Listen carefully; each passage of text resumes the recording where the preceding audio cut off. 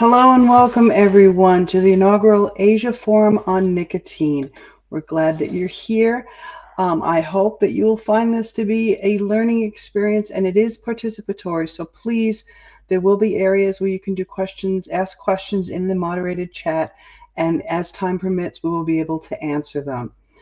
I am Nancy Lucas. I am the Executive Coordinator for the Coalition of Asia Pacific Tobacco Harm Reduction Advocates, also known as CAFRA, and it is my pleasure to be with you here today as the moderator. Today's forum brings together leading voices from science, public policy, and lived experience to examine the unique opportunities and challenges we face in advancing tobacco harm reduction across the Asia Pacific region. The fact is that Asia Pacific, specifically Asia, has the highest number of global tobacco users. The number is staggering. It is 781 million people. Okay, that represents 63% of the global total of people who use tobacco. This is especially important that we're doing this now, as we have seen the provisional agenda for COP11 in November, and harm reduction is falsely presented as a tobacco industry narrative. So it's more than time to rethink tobacco control policies and actively implement tobacco harm reduction in Asia Pacific. So what we will begin with is our keynote presentation. It is going to be my honor to welcome Professor Tiki Pong, Senior Global Health Consultant for the Center for Healthcare Policy and Reform Studies in Jakarta. Professor Tiki is globally recognized for his leadership in public health policy, infectious disease research, and health systems development. So I hope that you will all join me in giving Professor Tiki a warm welcome. Hello, sir. Hello, How are you? I'm good. Can I Good. begin? Yes, you may. I will get out of your way and you can begin. Thank you. Thank you very much, Nancy, and good morning, good afternoon, good evening to everyone. Nancy has asked me to address this topic of the WHO FCTC 20 years on. Let me begin by asking what has it achieved?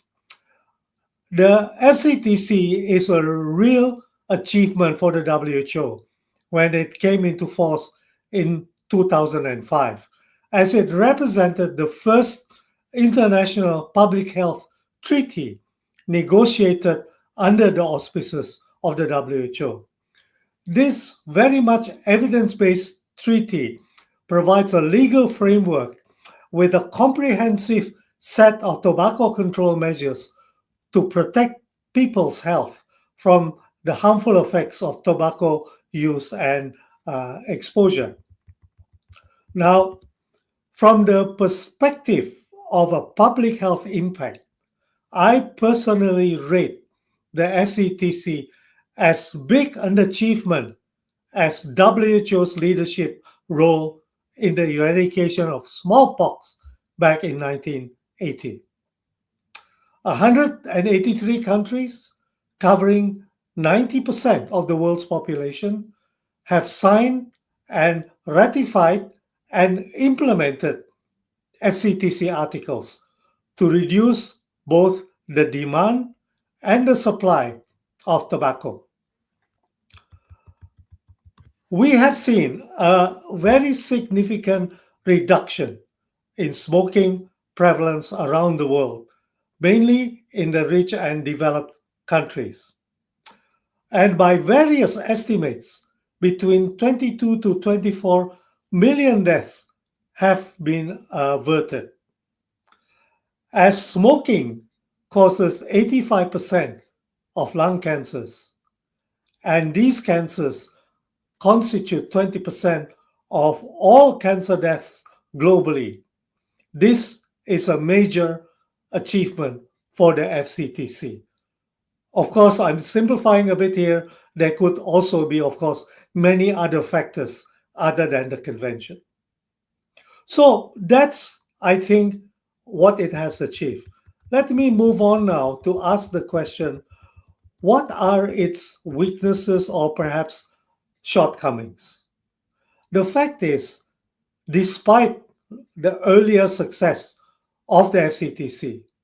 Today, we're still seeing 8 million deaths linked to smoking. 4 out of 5 of these in lower and lower middle income countries, and 40% in people aged 50 to 69 years.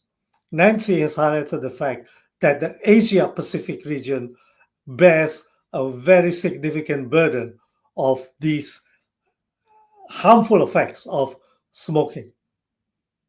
Now, why are we in this situation? Let me just highlight two reasons for the fact that we still have such a big problem with smoking. First, on average, the implementation rates of the substantive articles of the FCTC has been relatively slow. For example, only 38% of the countries that have ratified the FCTC have in place bans on smoking in public places. Only 9% of these countries have bans on all forms of tobacco advertising, promotion, and sponsorship.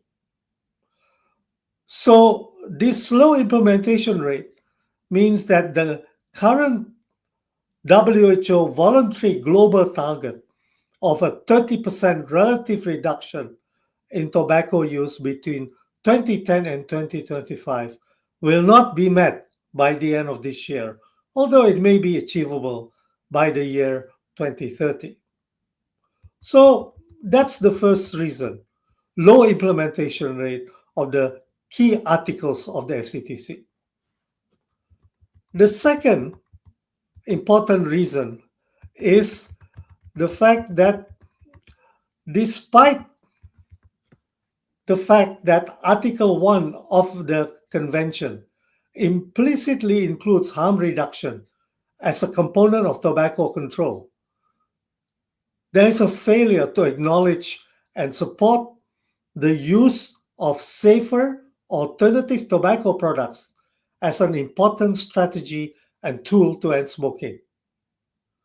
Despite the overwhelming evidence of the safety, efficacy, and cost effectiveness of these products, and the fact that 120 million people are actually using these safer alternatives. Despite all of this, as we all are aware, the WHO, FCTC, and the COP have adopted a very strong anti tobacco harm reduction stance, actually stating that these products are as harmful as combustible cigarettes and calling on its member states to ban them and actually giving awards to countries which have done so. So that's sort of to give you a little bit of backdrop on what the FCTC has achieved, what may be some of its current limitations. I'd like to move on now to ask the more important question. What then is the way forward? What can be improved or changed in the future? Based on what I've just mentioned as WHO's strong anti tobacco harm reduction stance, I think many of you have heard me say in the past that the WHO is the elephant in the room and it is a key barrier to a wider adoption of tobacco harm reduction. And as I said before, many countries in the lower and lower middle income category look to WHO for guidance in terms of setting their own policies.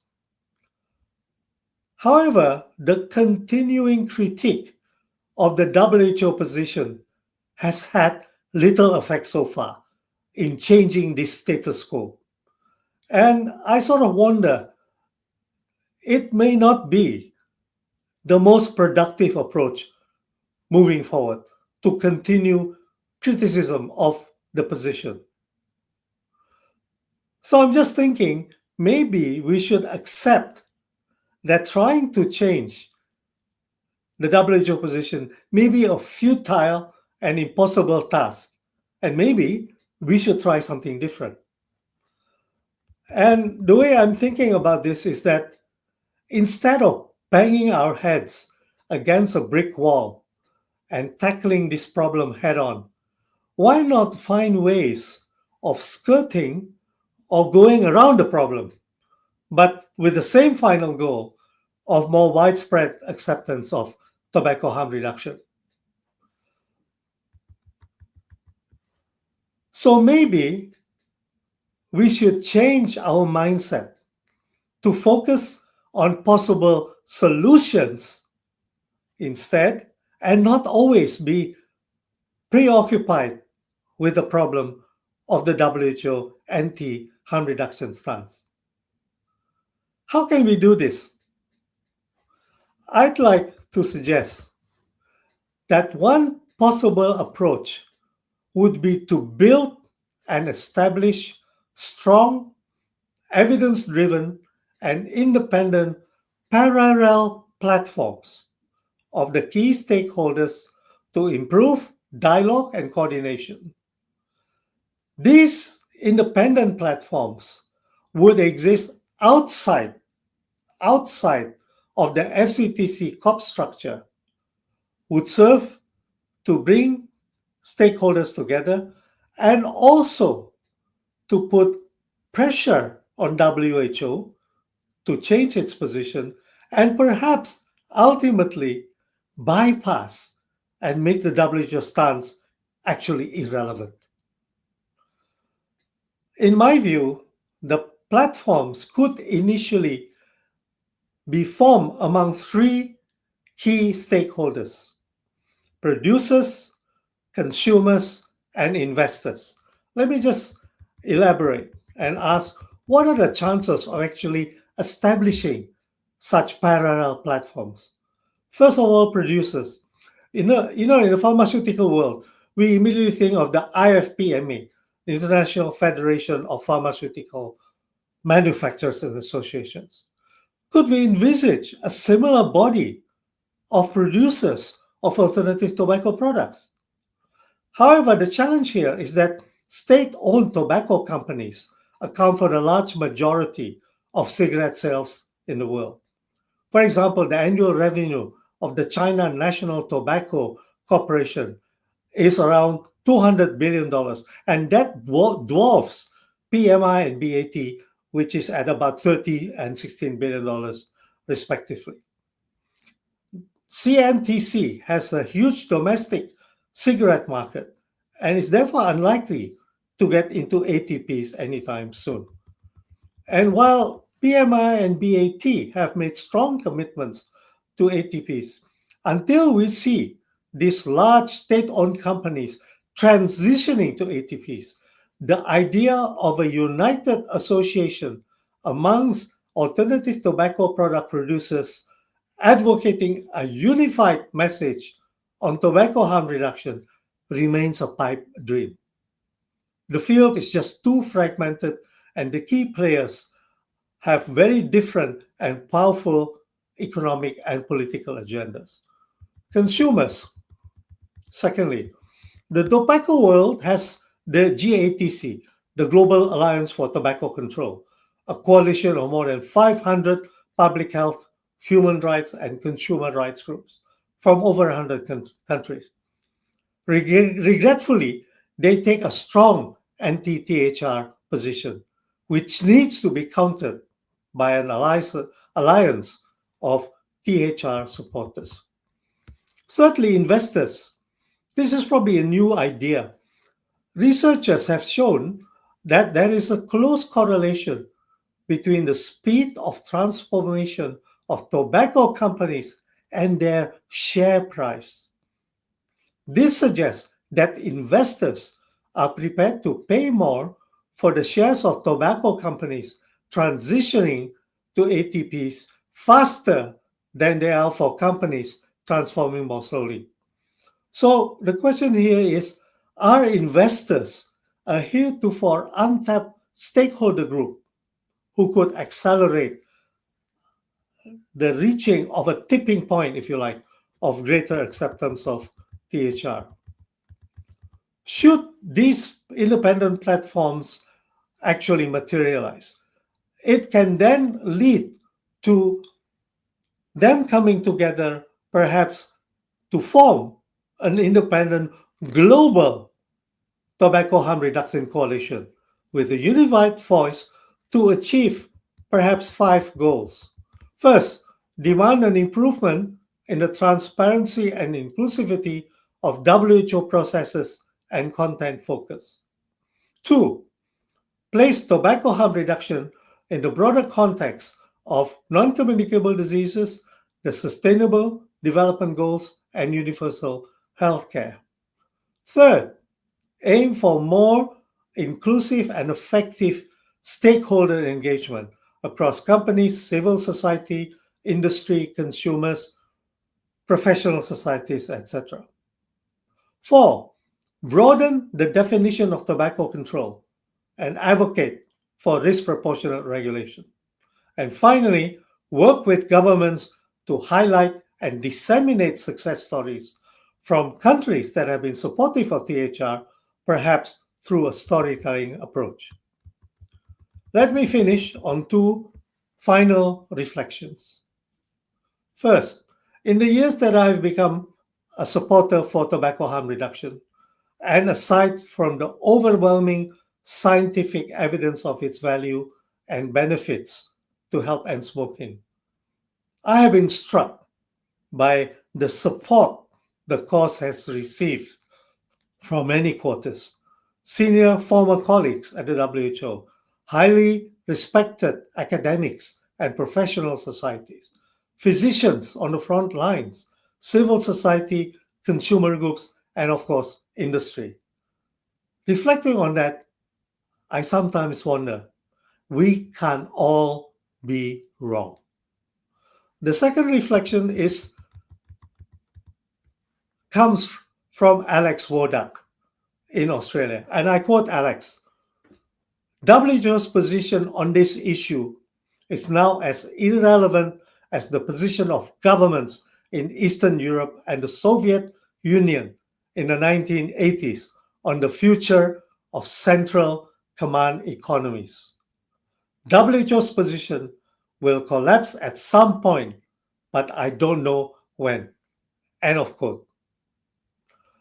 Despite the current pessimism and even despair regarding the dogmatic position of WHO to tobacco harm reduction, I'd like to quote Herb Stein, an economics advisor to President Richard Nixon. And he said, things that can't go on forever don't. Thank you very much for your attention. Thank you, Tiki. A lot of things to think about there.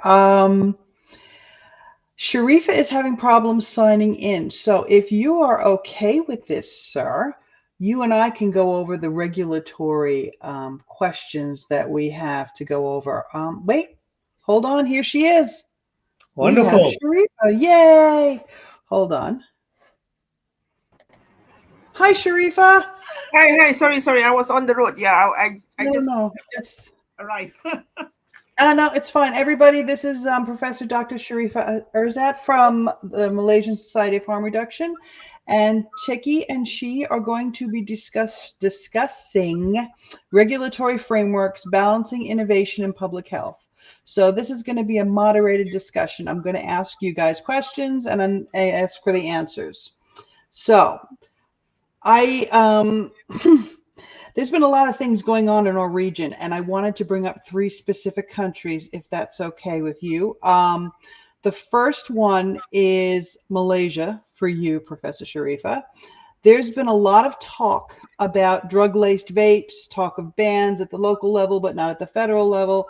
And it seems that harm reduction isn't even entering into the equation. So I know that you are involved in this. So could you maybe provide some background for us and some idea of how we can help to push the dial there in Malaysia and explain what's going on and what we can do to have that change? Yeah. Good afternoon. We are in Malaysia at the moment. Thank you, Nancy. I think there's a lot of confusion as well in the sense of policymakers. Harm reduction is nothing new. In a way that medical harm reduction has been used in many settings like HIV, drugs, and so forth. We have a good program on HIV prevention and also drug maintenance therapy using harm reduction, but not on tobacco. One aspect is that I can see is that they always see tobacco harm reduction is actually an arm of big tobacco. So whatever that comes out of tobacco or nicotine, things like vape or THP, and heated tobaccos are seen as tobacco. So a lot of Asian countries are also members of the WHO FCTC. So they follow basically what WHO says, meaning that tobacco and nicotine are considered as a group. Anything with tobacco in bracket plus nicotine are seen as something harmful. So that is one. Most of us are actually very much in tune with WHO's rules and regulations. So even though that I think Indonesia, even though they did not sign, Malaysia did sign. So we follow very much to WHO's so-called standards. That's number one. Number two is that there's a lot of confusion as well because um, they have basically less or less exposure on the benefits of tobacco harm reduction. So when I mentioned tobacco harm reduction, this would include things like ends and heated products, even pouches and so forth. So they have a less exposure on this.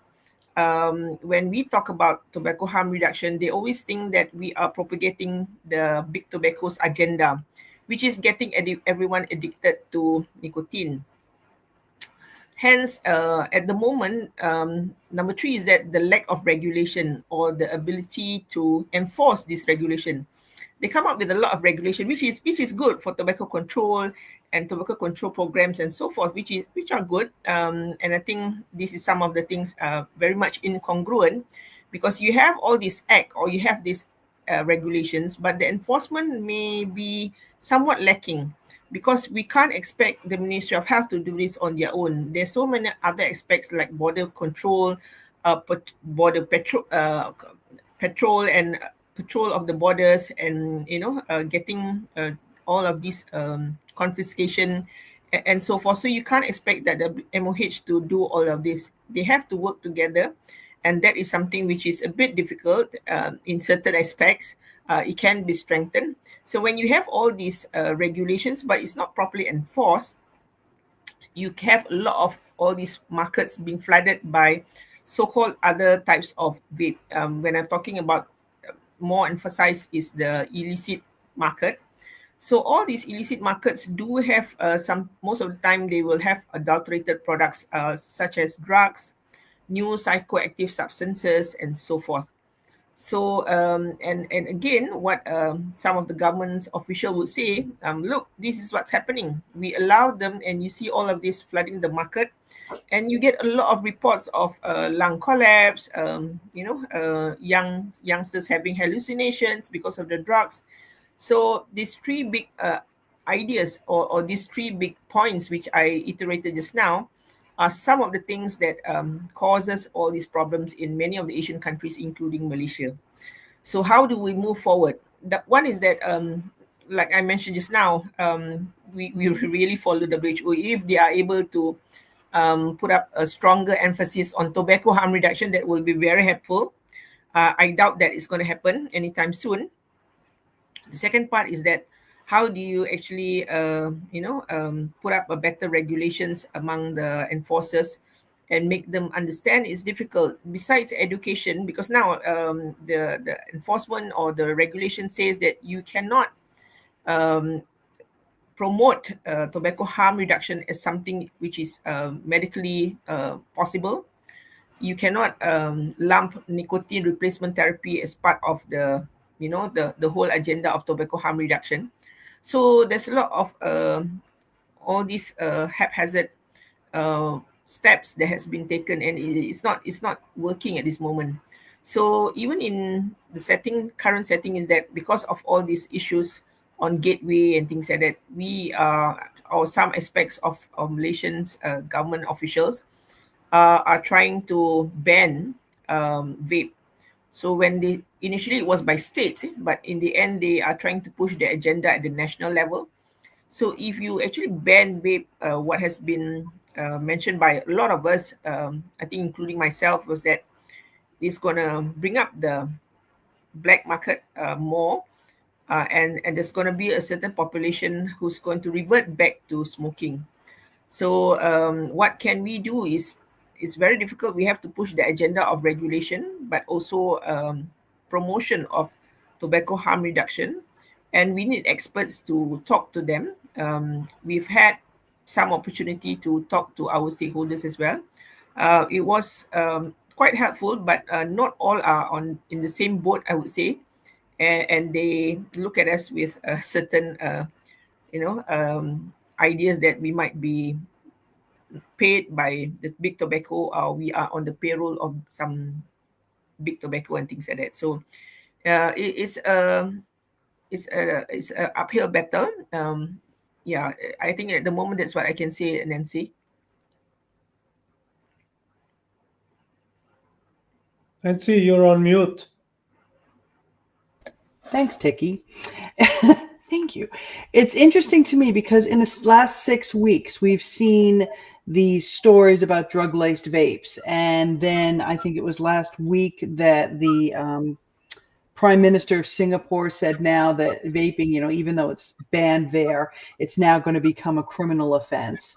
And then in Indonesia now, we have this issue that our advocates have been telling us about with regards to they're trying to implement WHO provisions, and yet they're not a signatory to the actual treaty. So, Tiki, what is your take on the entire, it seems like it's trend of this information being pushed out and the reactionary reaction to it? What is your take on it?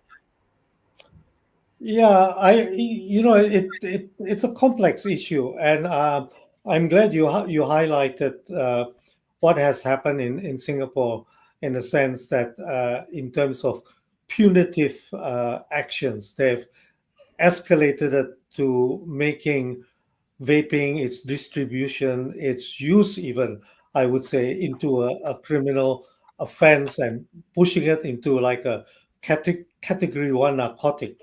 That's pretty harsh, and whether it would have the desired effect, I'm not so sure, because as Sharifa knows well, because of the ban that's been in place for some time, there is a very strong illicit market and large hundreds of thousands of vapors in Singapore who get their products from Malaysia.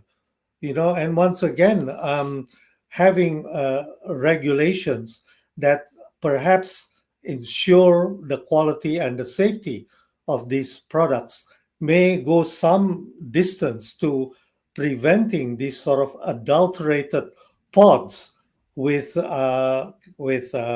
various dangerous substances. I think etomidate is the one which causes hallucinations that have been in the news recently. So, to me, the idea of regulations to ensure safety and quality makes total sense. In the Indonesia situation, once again, Indonesia and the United States, the third and the fourth biggest countries in the world, have not ratified the FCTC. Okay. But as you said yourself, despite that fact, they still look to the WHO for guidance. Why is that? And that's partly because, just my own view, that the Indonesians, the Ministry of Health, basically do not have the capability or the capacity to independently evaluate the evidence, and also, based on that, make their own decisions on what is the appropriate policy. The other issue is that there is a lack of local research which is relevant for the ministry people to make decisions which are in the context of the situation in Indonesia. So that's once again is what I said during my presentation. The fact that many countries continue to look to the WHO for guidance. Having said that, and going back to the Indonesian situation, there is, of course, a very strong tobacco control lobby, and importantly, and this is what I've said many times, a very strong economic and political dimension to this. Okay, I am one of my former colleagues at WHO is Dr. Nasia Amboy, who was a former Minister of Health in Indonesia.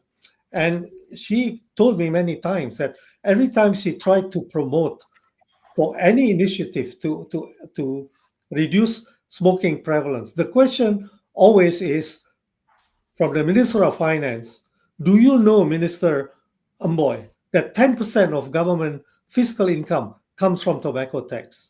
Yeah. Minister of Agriculture will say, what are you going to do with the 1 million tobacco farmers? Minister of Industry will say, what are you going to do with the 500,000 people who work in tobacco manufacturing? So Indonesia is a complex situation, but I would say that at the moment, as Sharifa said, regulations are there, but it's not being very effectively enforced. But at least vapes and other products are fairly easily accessible, okay? And we do not, of course, there is always a black market, but it's unlike the situation in countries which have had or imposed a total ban. Okay, but yeah, I think the economic political dimension is quite unique to Indonesia. Could it be in the region in general? I mean, we have Alex, he's sitting in the studio. I would bring him in, but I want to get this point across, and later maybe we can bring him in. But could it be that because of the lack of resources in the Ministry of Health and the enforcement, right? Could it be it's just so much simpler just to take whatever they're told to do and just do it and not have to deal with it? I mean, that's what it seems like. I don't know. Alex, you want to come in? He's like, sure. I'm going to bring Alex in, Alex Wodak from Australia, because he's sitting under a pretty big mess. So hold on. Hi, Alex. Hi there. Welcome Thank to you the very party. much for inviting me to take part. Yeah, you are in Australia. We're sitting here, we're talking about regulation, and yet there you are. So I give you the floor for your perspective. Well, Australia has done a great service to the world in this area of policy making by demonstrating to every country in the world how bad things can be if the policy settings are wrong. Probably no other country in the world has been as extremist as Australia in terms of cigarettes and tobacco, and also vaping and other harm reduction options. And the result is that because of increasing the tax on cigarettes by 340% over 20 years, we now have, by some estimates, half of the cigarette trade is supplied by the black market. By other estimates, 39%. It's huge. We now have, living in Iraq, we have the tobacco kingpin who runs the illicit tobacco trade in Australia, of course, wanted by the police. So he's able to escape by living out of reach of Australian law enforcement in Iraq. We have, according to Roy Morgan, a well-respected polling company, increasing smoking. We have, according to a wastewater analysis released this week, we have increased consumption of nicotine in wastewater.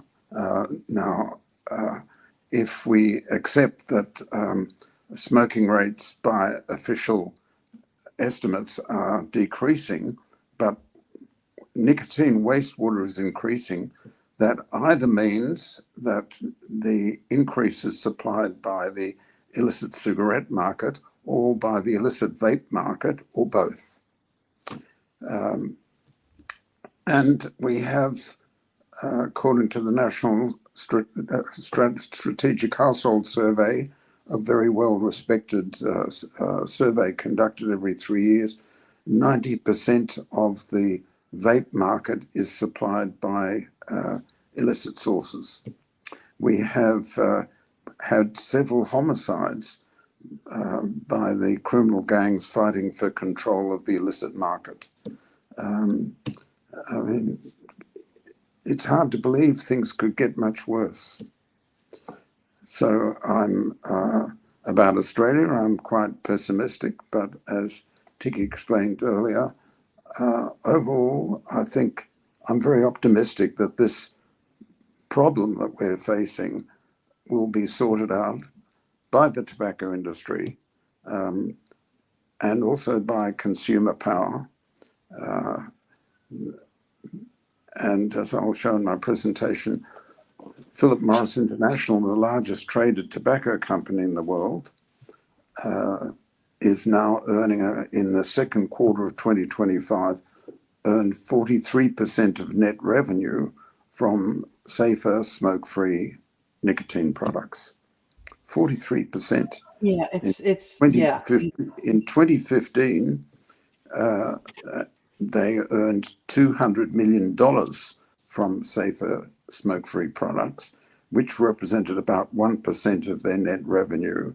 So it's gone from $200 million US dollars in 2015 to $14.7 billion, a 70-fold increase in 2024. That's the annual figures for 2024, which then represented 40% of their net revenue.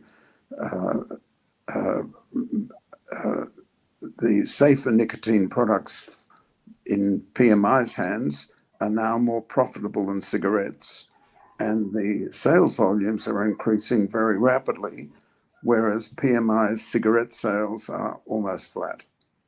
So I think we're in a world we don't realize that the cigarette trade is collapsing, and the safer nicotine products market is increasing rapidly.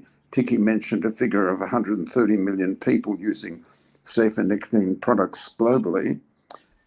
If we accept that there are around about 1.2, 1.3 billion people who are using nicotine frequently around the world, then 10% of the global market has been captured by safer nicotine products since about 2010, when safer nicotine products started to become a significant market. So, well, I mean, if you just look, but here's the thing, Alex, and I don't know if you're getting the same reports I'm getting, but David Sweener does a lot of research on the conversion from combustible to safer products. And you look at the numbers from Japan, and you look at the numbers from South Korea, and the conversion rates, and it's astounding how much, because I mean, the place those people smoked a lot, and they're not anymore. Okay. So my question to you is, because I know your background is in drugs harm reduction, okay? How do we, in this space, in our tobacco harm reduction space, what is the best way to bridge the divide between balancing innovation, precautionary principle, and making sure that people are educated and know that, I guess like the equivalence would be needle exchange programs. What's your take on that? Well, I think we're in a field where we don't realize it yet. Maybe that's a good thing, but I think success is inevitable, that the safer nicotine products that will, in my view, inevitably replace combustible products. And I think that'll happen sooner rather than later.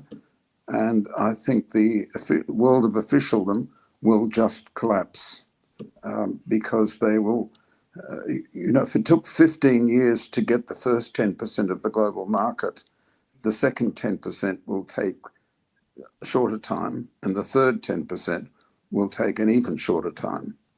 And so it's going to become more and more obvious that the emperor has no clothes on. And then it's a matter of time before the official world catches up to that and this is why I gave the example to Tiki of what happened with the Eastern European satellites and the Soviet Union, that in June '89, the Polish communist government collapsed and they had their first post-communist government, and then Czechoslovakia in December, and then East Germany, and then eventually the Soviet Union collapsed in 1991. And we had theoretically a post-communist government in Russia. So I think something like that is going to happen in this area. What should we do about it? I like Tiki's formulation about putting it in terms of those three groups. Consumers in this area, very difficult to get them to mobilize and become politically active, which is what they have to do. If they did mobilize and become politically active, the things I'm talking about would happen almost overnight. The producers, good luck trying to get them to work together. They're fierce competitors of each other, and there may be some who have a more favorable outlook, but I suspect it would be very difficult to get these fierce competitors to work collaboratively. I think investors, we've got a better chance, but on the other hand, they're already doing what they can by paying more for tobacco companies that are rapidly transforming. We underestimate the extent to which these changes are happening. It's not just PMI. British American Tobacco reports that they are very close to making the safer nicotine products profitable. So far, PMI, as I understand it, is the only tobacco company that makes these products profitably. But BAT is close, and I think some of the other traded tobacco companies are close. There is a big gap, and I think it's very appropriate that this forum, geared around Asia and the Pacific, pay attention to that. And that is, throughout South Asia and the Pacific, we have a large population of people taking crude oral tobacco products with a high rate of head and neck cancer. It's horrible. And there is an easy solution to that, and that is products that are like snus, which, as you know, is made from pasteurized tobacco, and the pasteurization kills the bacteria that produces the nitrosamines, which produce the cancer. So if we could persuade the people who consume these crude nicotine, crude tobacco oral products, to switch from those products to something resembling snus, I think we would save a lot of lives of very poor people. Many of them are women, and that's right. That should be, I think, core business of any group that's operating in Asia and the Pacific. And nobody is really doing this. And there'll be long lag times because there are a lot of sensitive cultural traditions tied up with these crude products, and somehow we'll have to deal with that. But I know where we have to end up. I don't know how we're going to get there. Yeah, no, fair enough. I mean, the thing that I've always wondered is, because Indonesia, I know there's a lot of tobacco that's produced out of Indonesia, and same with India, China, but mainly with India and with Indonesia. Why hasn't it been presented to them, or maybe it has, I don't know, about transitioning their production and creating, I know in India they create liquid nicotine for various products, pharmaceuticals and stuff. Why hasn't that actually been embraced by these governments that have interests in tobacco growing and manufacturing? Because that's an export product. And they could make a lot of money doing that. Why is that? Sharifa, do you have any idea why that is? Malaysia used to be a tobacco farming country as well. We kind of planted a lot of tobacco many, many years ago, just after our National Day and so on.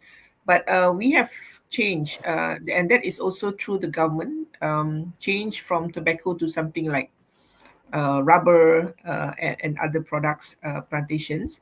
And I think it was also incentivized, meaning that the government did pay for some compensation and so on. Having said that, I'm not sure because I think in India, with such a huge tobacco plantation, I'm not sure whether governments are able to sort of compensate the transition to other plants or other products, for such a big population.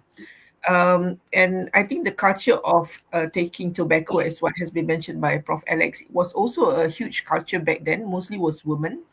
And that also presented with a lot of cancer of the neck and mouth and so forth. That has also changed. I think that was a transition that took many, many years, I think about 2 decades. That now I think most of the women do not actually chew tobacco anymore, especially for the young ones. Those old sort of tradition has already died out. Um, so that is the situation in Malaysia. Um, I'm not sure about other countries, but we do produce, or Malaysia still allow um, nicotine producers for ends.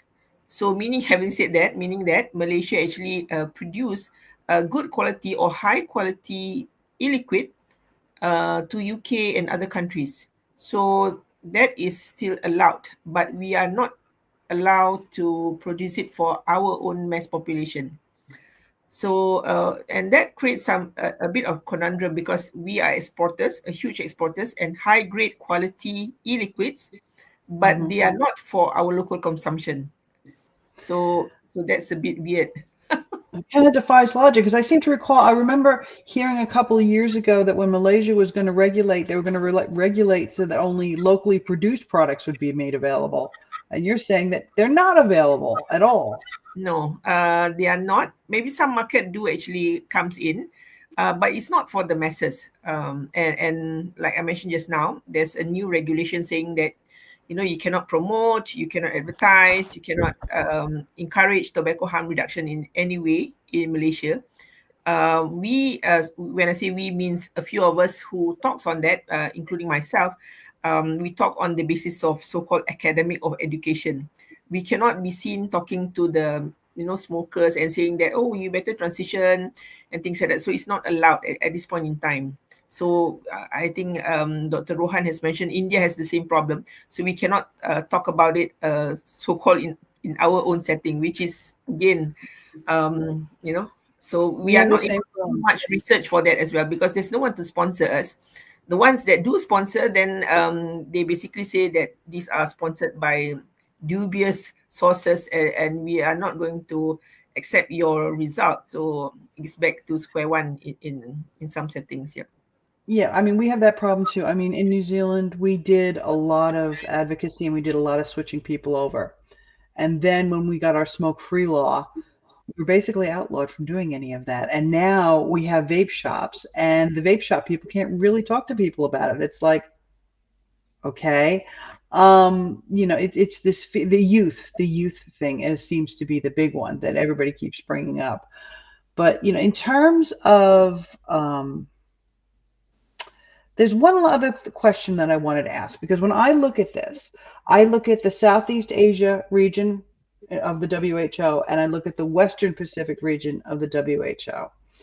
And it seems to me that the Southeast region is much more stringent about bans and restrictions than the Western Pacific Regional Office. However, I'm noticing a change that the Western Pacific Regional Office is kind of emulating what's going on in the Southeast Asia Regional Office.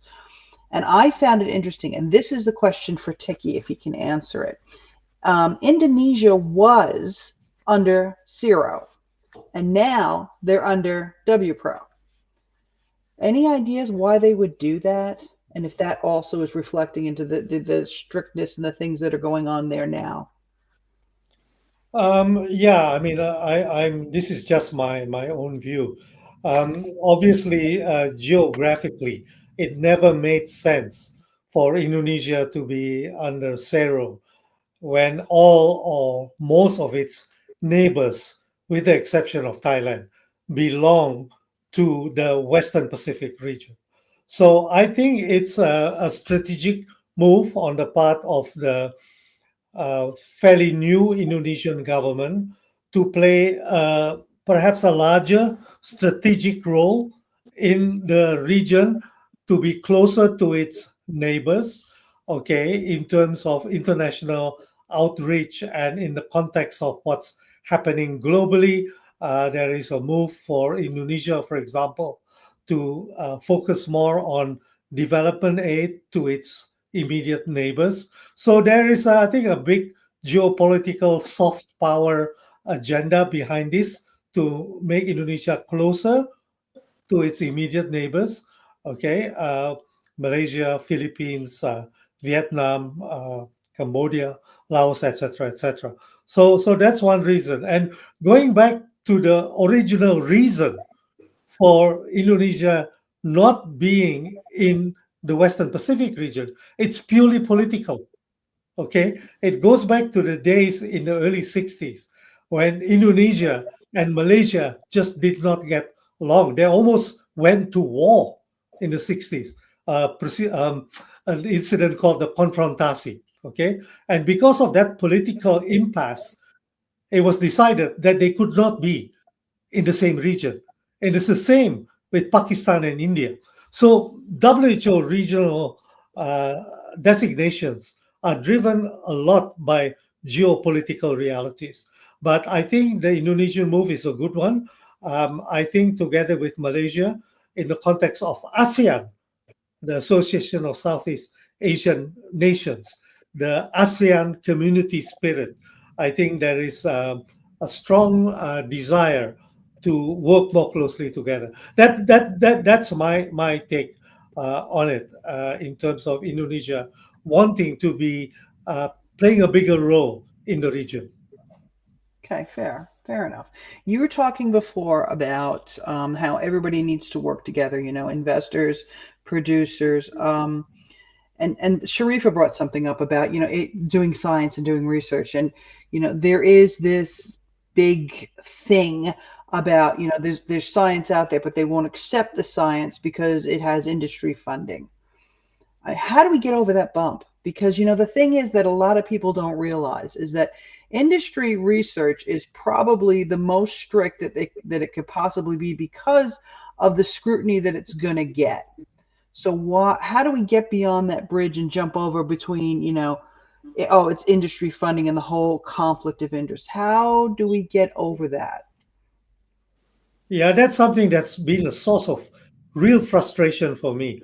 People have no problem with trials involving pharmaceutical companies Yeah. getting published in the top journals. When it comes to industry in the tobacco field, they run into all these barriers. What's the solution? I just off the top of my head. Of course, there are now more and more avenues for publication with online or even self-publication. But at the end of the day, maybe journal editors are the other group of stakeholders that we need to educate. I mean, I've been to the PMI labs in Neuchâtel. I've been to the BAT labs in Southampton, met their scientists. Their science is as good as any of the academic institutions. So it's, for me, a sense of frustration.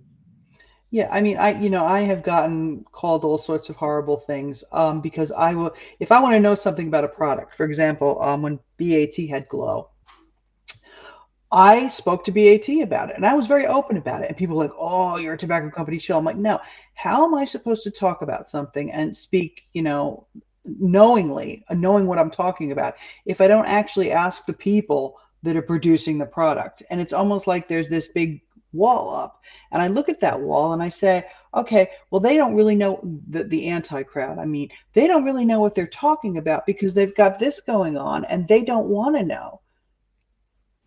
And who does that help? I mean, that to me, that creates harm.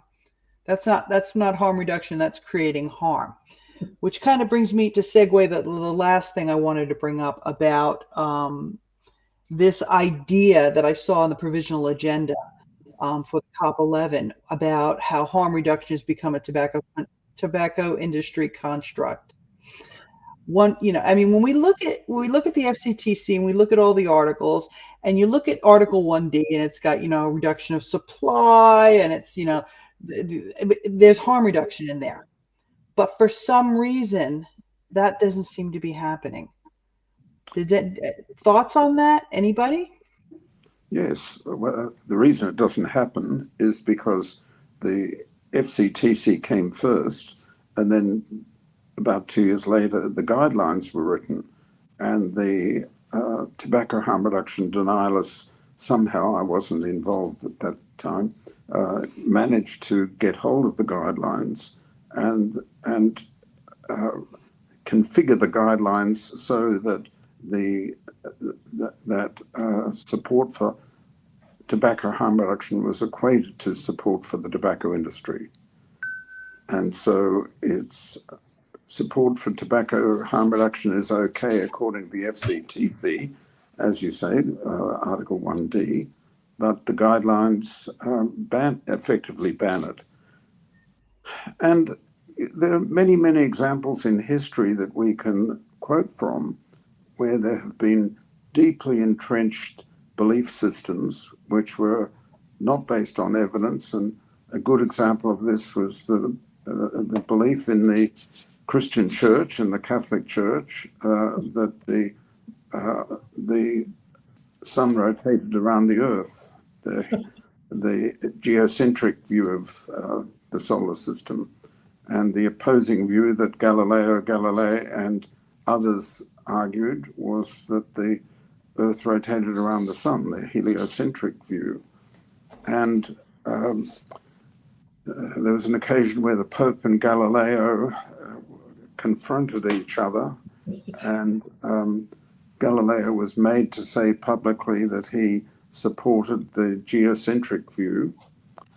And then under his breath, he is reported to have said, referring to an experiment that he had just talked about, still it moves, meaning that a piece of equipment which he was referring to was proof of the heliocentric view of the universe. So we're not dealing with something that is a world first, and we're seeing, unfortunately, writ large now in the United States, in the Trump administration, the deeply entrenched anti-science view of health politics and health policy. We're seeing that right now. So these things run their course and then they suddenly collapse. And I think there's very little we can do to accelerate that. But it will happen. You just got to wait it out, is basically what you're saying.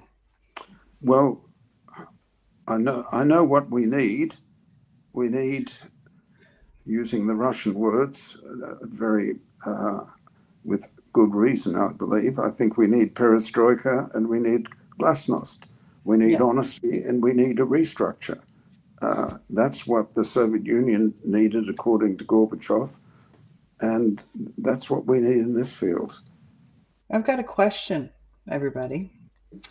Let's not forget the role of some nonprofit organizations pushing an anti-THR strategy for their own ulterior motives. What are your thoughts on that? How can THR advocates go against these huge organizations? My view is we can't, because we are outnumbered, we are out-resourced. Our opponents have control of the mainstream media. Our opponents have control of most of the medical media. Most of the medical media, including the British Medical Journal and Lancet, publish 10 times more anti-THR than pro-THR articles. in Australia, you can't get a proper medical journal like the Medical Journal of Australia, the Australian New Zealand Journal of Public Health. You can't get these journals to publish papers that are supportive of harm reduction. All right. So So what we need to do, I don't I think. guess, I go think the ahead. solution is to allow the inevitable economic collapse to happen, and And it in the will. meantime, we have to develop what Tiki was talking about, which is an Yeah, I alternative think we. group.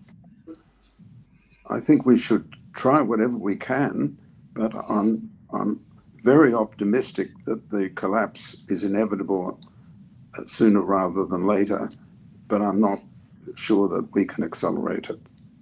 Okay, I fair wish enough. we could. I think my take on this is that so much in the future will depend on strong leadership at the very highest levels. Okay, I think it's not sufficient for consumer groups, for health professionals, professional societies, academic institutions to be advocating the importance. I think leadership at the highest level, and Clive Bates shared with me the sort of background behind why the UK has been so progressive and supportive over many years. And he shared with me that it originally started with David Cameron long time ago in his first term as prime minister, when he was nudged by the chief secretary of his cabinet to think about tobacco harm reduction. And it was his commitment to the cause and the value that actually resulted in everything that followed. So, perhaps we need more leaders like him, and just like to take the chance also to thank Alex for sharing a lot of his wisdom with me, and some of the ideas that I proposed was directly as a result of my interaction with Alex. So thanks, Alex. Thank you for that, Tiki. Can I just add another little detail which is very relevant to this organization, to CAFRA, about David Cameron? David Cameron was an ex-smoker. So Yeah. when David Halpin, the person you're referring to, persuaded David Cameron that this could be really important for Britain, David Cameron, unlike many other people, including, I'll have to say, I'm ashamed to say, including me, when I heard all these things initially, I resisted them for all the reasons that the Simon Chapmans of the world resist them, because of deep hatred of the tobacco industry and suspicion. But David Cameron, being an ex-smoker, when David Halpin explained to him about the jet of hot gases and whatever, and the very similar hand-to-mouth movements and all of that, it meant a lot to David Cameron, and that's why Britain took it up.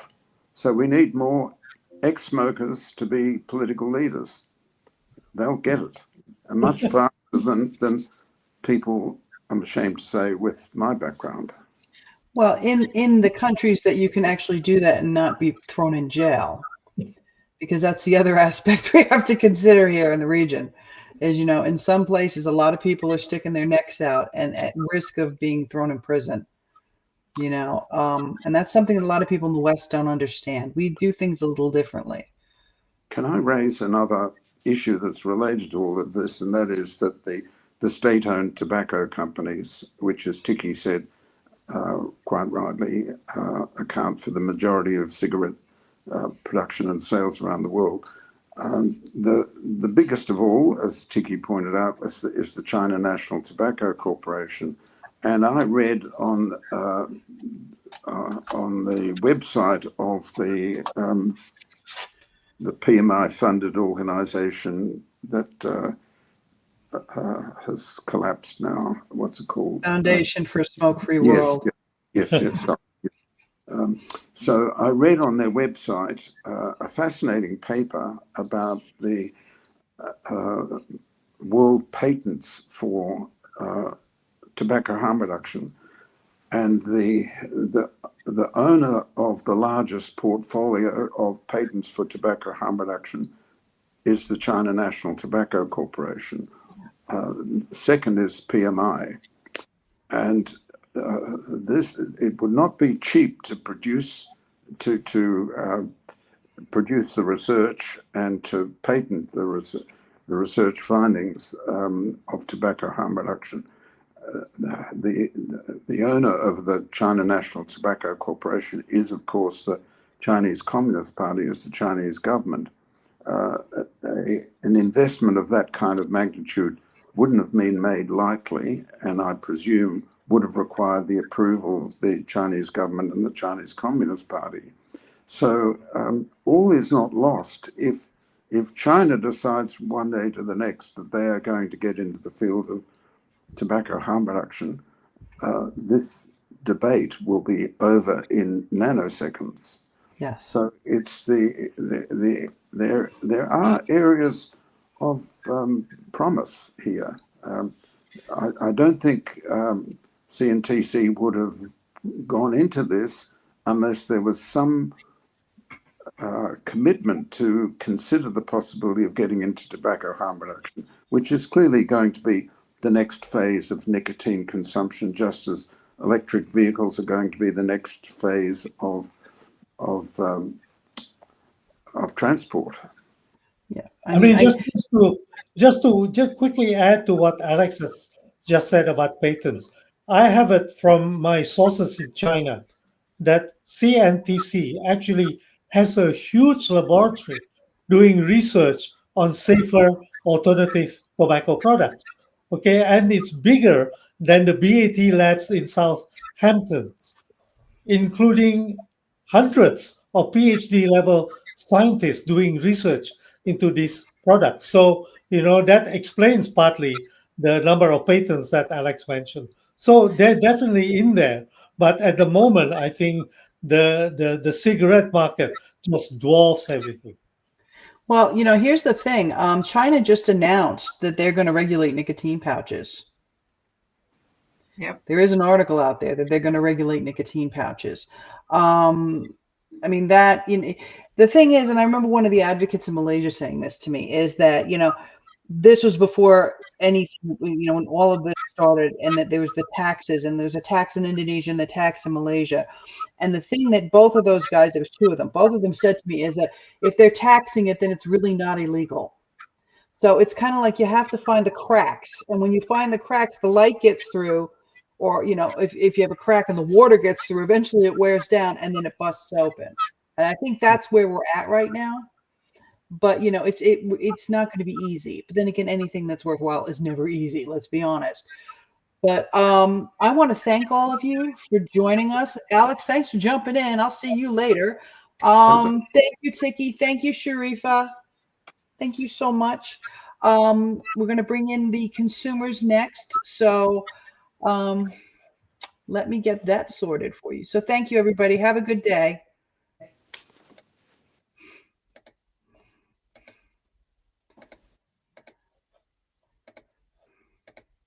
And I'm here. Next up is going to be our consumers, and I'm bringing in two lovely gentlemen. The first one I'm going to bring in is Mr. Samsul Arifin Kamal from Malaysia. Hey, Sam. Hi, Nancy. How are you? I'm good. How are you? How's Jakarta? I'm good. Jakarta was jam was pretty bad. Sorry. Asa? Yes, I was talking about you, Asa. Hi. Hey, hi. Of course I was talking about you. like Dr. Fasad said, are you still out of jail? Yeah, fortunately, I still am. Which is always a good thing. So anyway, I think the way we should do this is because a lot of people, one of my big things, and this because I say this ad nauseum, is that a lot of people don't understand how things work in Asia, and they don't understand what we do and how our advocacy is so totally different from the way everybody else does stuff. So I think we should cover that. Okay, I'm going to start with Samsul because we haven't seen him in months. So, sir, the floor is yours. Talk to us about you, your advocacy, and how you do things in Malaysia. Right. This is 2025. We started our advocacy movement in 2015, and it's exactly 10 years now. to the month. We started in August in 2015, and now it's 2025, nearing September. So that's basically 10 years. And what got us started was that when there was an announcement by the Minister of Health at that time, stating that there's going to be a ban for vape products. So what we did was that we banded together and we started a movement. And from that point on, it's been going back and forth. It's going to be banned, it's going to be regulated, it's going to be regulated, it's going to be banned. And here we are right now, where again the situation is the same. One minute you hear that okay, Malaysia is going to regulate vape, and then the next minute you hear that vape is going to be banned, and then at federal level there is an act that states Act 852 states that vape is going to be regulated, but then there are certain states, generally on the northern region and the east coast, that has already banned vape. So things are very topsy-turvy. And at one point, recently, I think about a year ago, less than a year ago, we were like, we are already there. We are about to regulate vape. But then there was a few cases, I think there was about 3 or 4 cases where individuals were hospitalized because they used this vape that is actually mixed with drugs, and they were hospitalized. And from that point on, the panic began. So right now, this is where we are at. The last statement that I read from the Ministry of Health states that the ban of vape in Malaysia is a matter of when. It's not a matter of whether it's going to be banned or not, but it's just a matter of time. Yeah, so that's where we are at.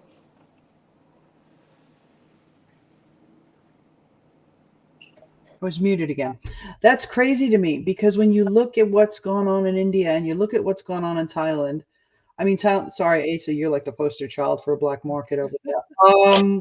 It's like, the logic would be you'd regulate it, okay, and then you'd have control over it and what goes in it, so you wouldn't have these, drug-laced vapes really available, and then you could make some money on it, and then you could also help your people at the same time. Because the thing is, we always have to look at, it's good for us, but we also have to present it to them as how it's good for them as well. Okay, Mhm. so I wonder, if because etimidate, I can never say that right. I mean that we discussed this, in our CAFRA chat. We discussed how it showed up in Hong Kong, and now it seems to be spreading all throughout Asia.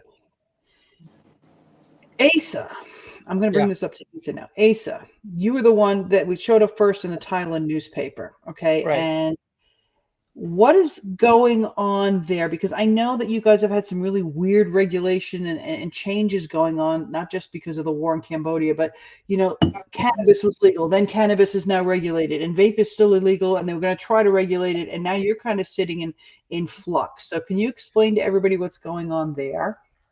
Oh, in general, apart from what you said about the war between us and Cambodia, we also have some political issues. Many of you had probably already know about the laws about vaping here in Thailand. Definitely, it had been. I beat you by a year or two. We beat you like some two.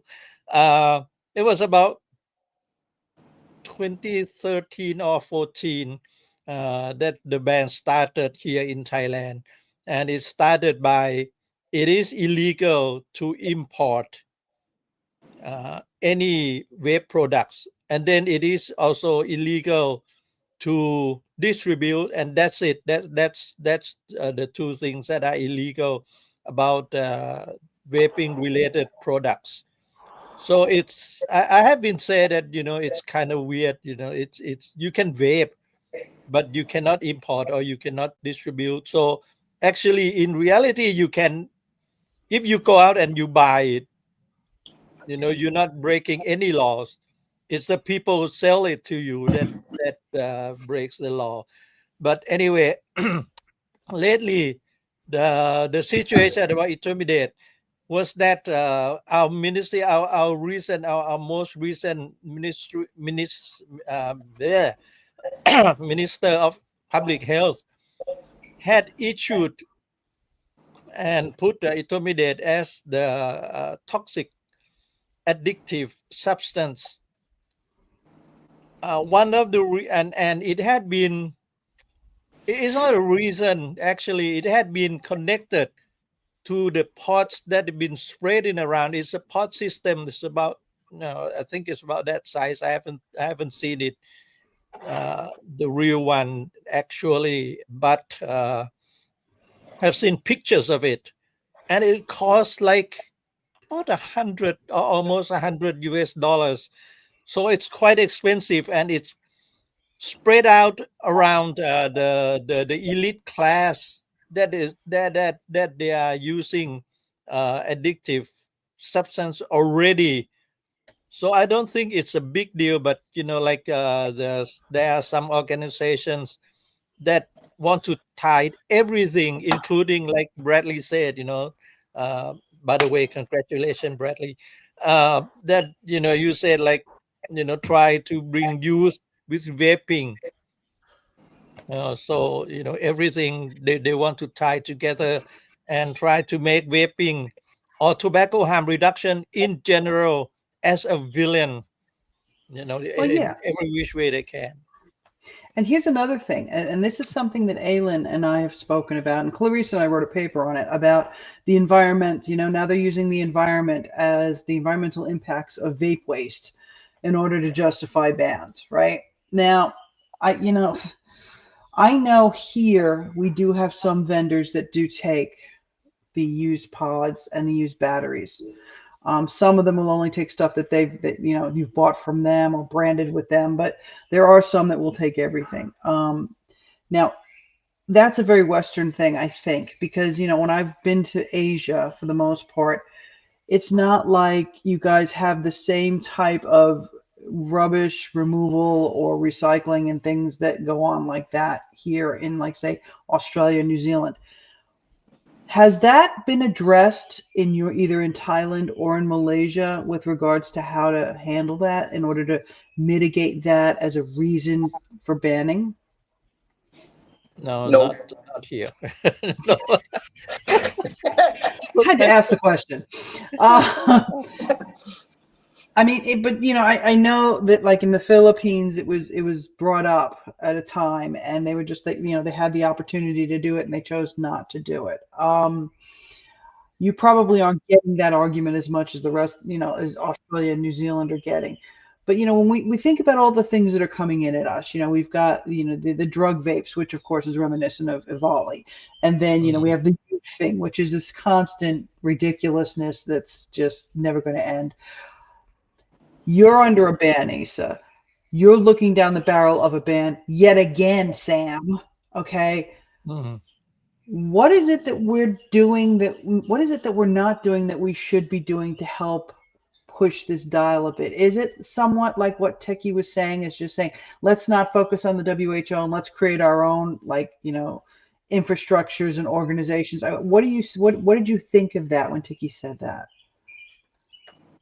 Yeah, since you mentioned me first, one of the things that we had already done and moved in Malaysia had done a really, really great job is for us consumer to get together, and I would love, like, especially our viewers, and like, wherever you can, like Bradley had mentioned earlier, like when he got into our live cast, and he started saying like he had been a smoker, and he had quit for how many years, and all the testimonials would really, really help, and we should get together. And another thing is, we should not be, what's the word, we should not be discouraged by thinking, like, I would have quit long time ago if I thought that, like, it's only me doing, it's Hmm. not gonna work, one person,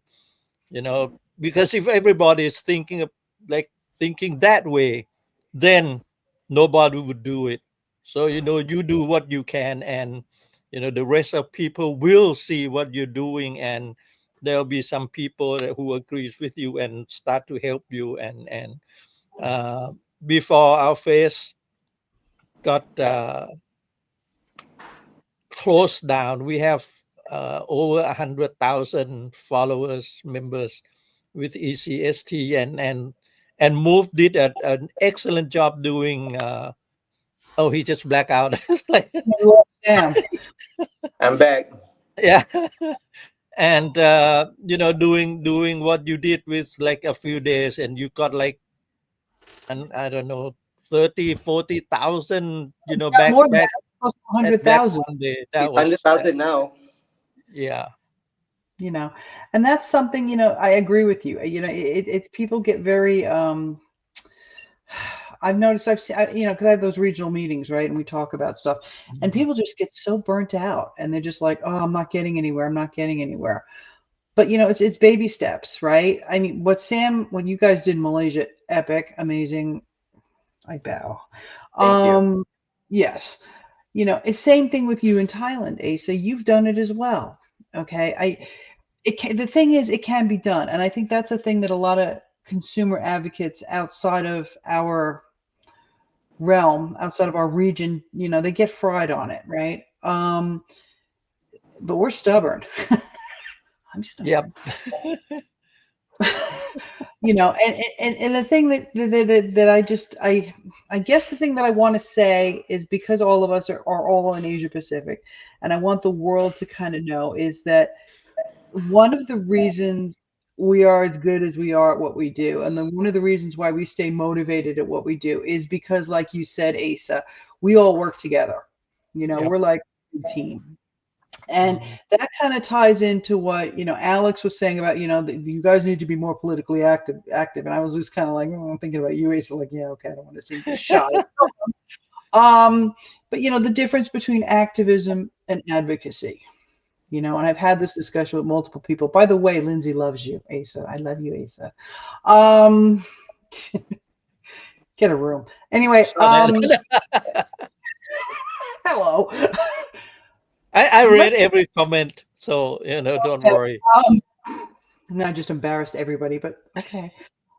Let's talk about that. Why do you think we work so well compared to other regions? I mean, Latin America is good too. Let's give Latin America credit. Why do you think we work so well? Because even though we do this fluxing, like Indonesia's going to ban, Indonesia's not going to ban, Malaysia's going to ban, Malaysia's not going to ban, Thailand has a ban, it's going to be lifted. Why do you think, is it a stubbornness, or is it because of the support that we give each other to keep pushing each other forward? What is it? Sam, I want your take on this. Right. I guess it's because of we are like cockroaches, it's not easy to kill. Maybe that's not a good example. But anyway, before I answer that, Nancy, someone recently asked me a question about, you've been at it for 10 years. Why can't you get it regulated? And that got me thinking, right? And when I sat down and think about why aren't we getting it done, I came up to this conclusion that it's because, say, for instance, this is the vape issue sitting right in the middle here. And there are a lot of stakeholders looking at the issues, namely the government, the Ministry of Health, the government agencies, the pro-vape NGOs, and the anti-vape NGOs, and the Parent Teachers Association, and the Doctors Association. There are so many stakeholders looking at this one issue, but they are looking at it from different lens. Everyone is looking at it from a different lens, and they have their own interpretation. Say, for instance, right now, the Ministry of Health probably are looking at the issue as a nuisance. It's creating so much noise with people being admitted into the hospital, youth problem. So just ban it. That's the way I think the Ministry of Health or the government are looking at it. Then the probably the anti-vape people are looking at it as vape it's much more detrimental than smoking cigarettes. This is the way they look at it, And then the people like us, the vape advocacies are looking at it like it's helping us to actually quit smoking. But this is where we need to get everyone to see it from the same direction or from the same perspective. If only all the stakeholders were to look at this issue here as a tobacco harm reduction, then I would guess this problem can be easily resolved. This is where we are stuck, and this is where we are at. Everyone is actually looking at it from a different point of view. And I was recently talking to one of the government agencies, and I was telling them, and I made a statement in few news agencies as well. I was telling them what's happening in Malaysia right now is that there's a panic of rushing towards banning vape, and this panic is actually driven by a perception. So I would like to advise for those policymakers, before you make a law, a big law, something like banning vape. All right, this is a huge a huge decision. Please make those decisions based on facts. Right now you guys are just rushing towards making a decision and to get it banned based on perception and based on panic. So this is where we are at, Nancy. It's sad because such a big decision now is being made simply based on perception, which is not true. If you were to enact or implement a law, let it be based on facts. And the fact of the matter is that vape is tobacco harm reduction. And we need all these stakeholders to look at the issue in the same way. You're muted again. So yeah, you guys don't hear me, but now you can hear me. Sorry. I think one of the things that we have to do, okay, on our side is, I always Skip and I have spoken about this a couple times too. You have to look at the other person's perspective. What is their interest in this? Then you got to find the connection, and then once you make the connection, then you humanize it. And I think that's what happens a lot of times, is that we're not considered, in a lot of places, we're not considered actual human beings. We're considered statistics, or we're considered anecdotes. Right. And the only way you can humanize that is to make those connections with those people, even if it's scary, even if they're going to turn around and tell you, no, I don't want to talk to you. Persistence will get you to a lot of places that, not doing that will. But the thing that I don't understand still, and I've been doing this about 10 years too, Sam and Asa, is you can make a connection with someone and it can be going so well, but because you're dealing with government people, then there's an election. Bang, all those connections are gone. You got to start all over again. Okay, there's no continuity in it. But the facts remain the same. Like you said, the science only evolves. The science only approves what we were saying 10 years ago. Okay, what we were saying 10 years ago, there was no scientific evidence for it. Now there is. Now they don't want to look at it. Keep giving it to them. Keep talking to them. Keep pushing it. But maybe Tiki is really onto something. I'm sitting here thinking about what Tiki said about, don't worry about the WHO so much. What we've got to do is now we've got to focus on the people that are representing us, whoever they may be, for however long they may be doing it. Those are the people that we have to focus on. And I know, Asa, you for a long time were dealing with people also in the Ministry of Finance and the Ministry of Tourism. Mm-hmm. Okay. Yep. You found that to be very effective, did you not? Yeah, we have to cover all aspects of the whole situation going on. But I would like to just go back on your question a little bit earlier that you asked Sam, and that was like how was it that you feel like, us in the Asia Pacific region, we work together so well. It's because our roots, our family values. We grow up in a kind of environment that we values our family and friends and whatnot, so we have more close knit uh, society. Going to what I said about involvement of not just Ministry of Health or Public Health and involvement, what we did was we tried to look at the bigger picture, make the politicians look at the bigger picture, like saying like, hey, listen, uh, we talked to Minister of Finance, uh, show them the figures and everything, because like if you ban, you're not going to get any income or anything. We talked to Minister of Industry, say like, look, you can control. We talk to FDA, you can control the product. We talk to even Minister of Agriculture, because like, hey, it's you're kind of wrong to say like, if THI is going to replace all tobacco farmers. No, it's not. Like you can convert, and you can do like heat not burn products, and also you can convert, although it might not be as valuable as turning tobacco leaves into cigarette, like regular cigarette, but you can turn it into liquid nicotine, right? And things like that. And we also talked to Minister of Tourism, because like, look at like the words that had been spread out, like here people come into Thailand and they got arrested for like possession of just one pot, and things like that. Say like, you said you want to bring in tourists into our country, but then again, like you had all this news that had been spread around, and so they kind of agree, but in the end they say like, well, it started with the Ministry of Public Health, so it had to go back to Ministry of Public Health. Unfortunately, like there are some departments and some organizations that kind of like still runs all these government departments, even though they are like just organizations. I'm not gonna name, but if you I know, hear you you.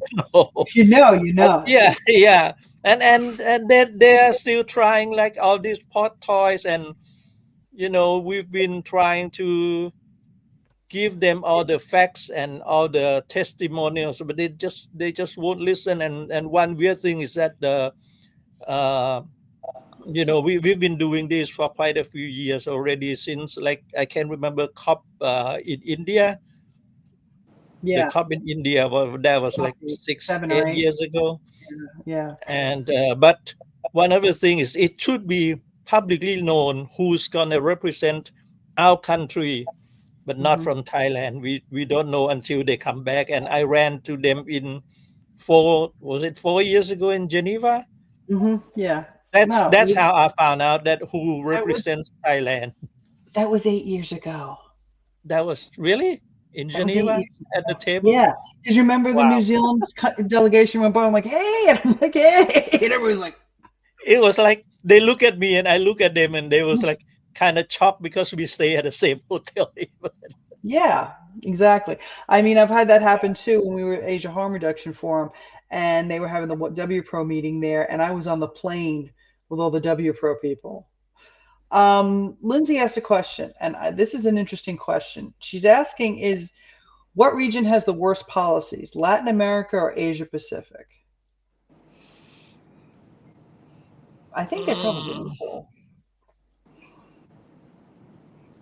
I, I think it might be equal, to be honest yeah, with you. it I think depends it, from country to country, I think. yeah, I think it does because Brazil, you've got the madness in Brazil, which is the Yeah. equivalent of the madness that's in India, right?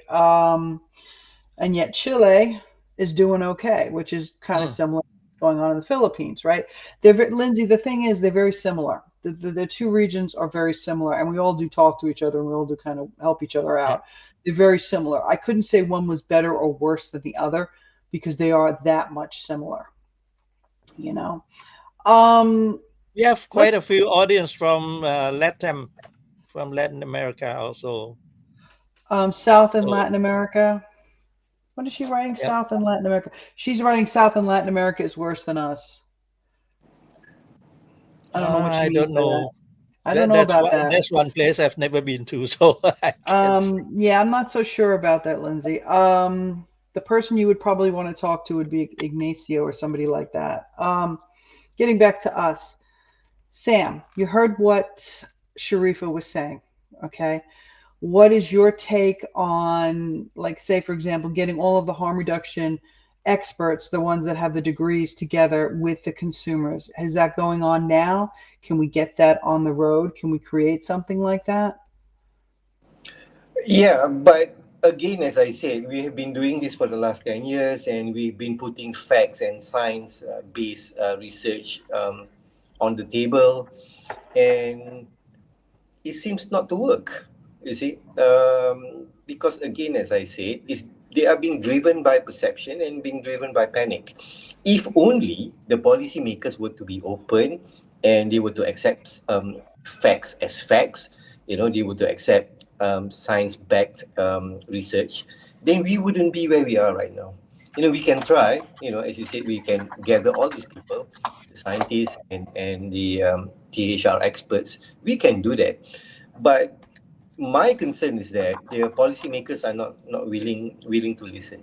What they are willing to listen are numbers, right? If we can get enough numbers behind us, probably they will listen. And this is the reason why we started off the online petition about 2 weeks ago, which right now we have about, if you can see that, it's about 101,000 support, 101,000.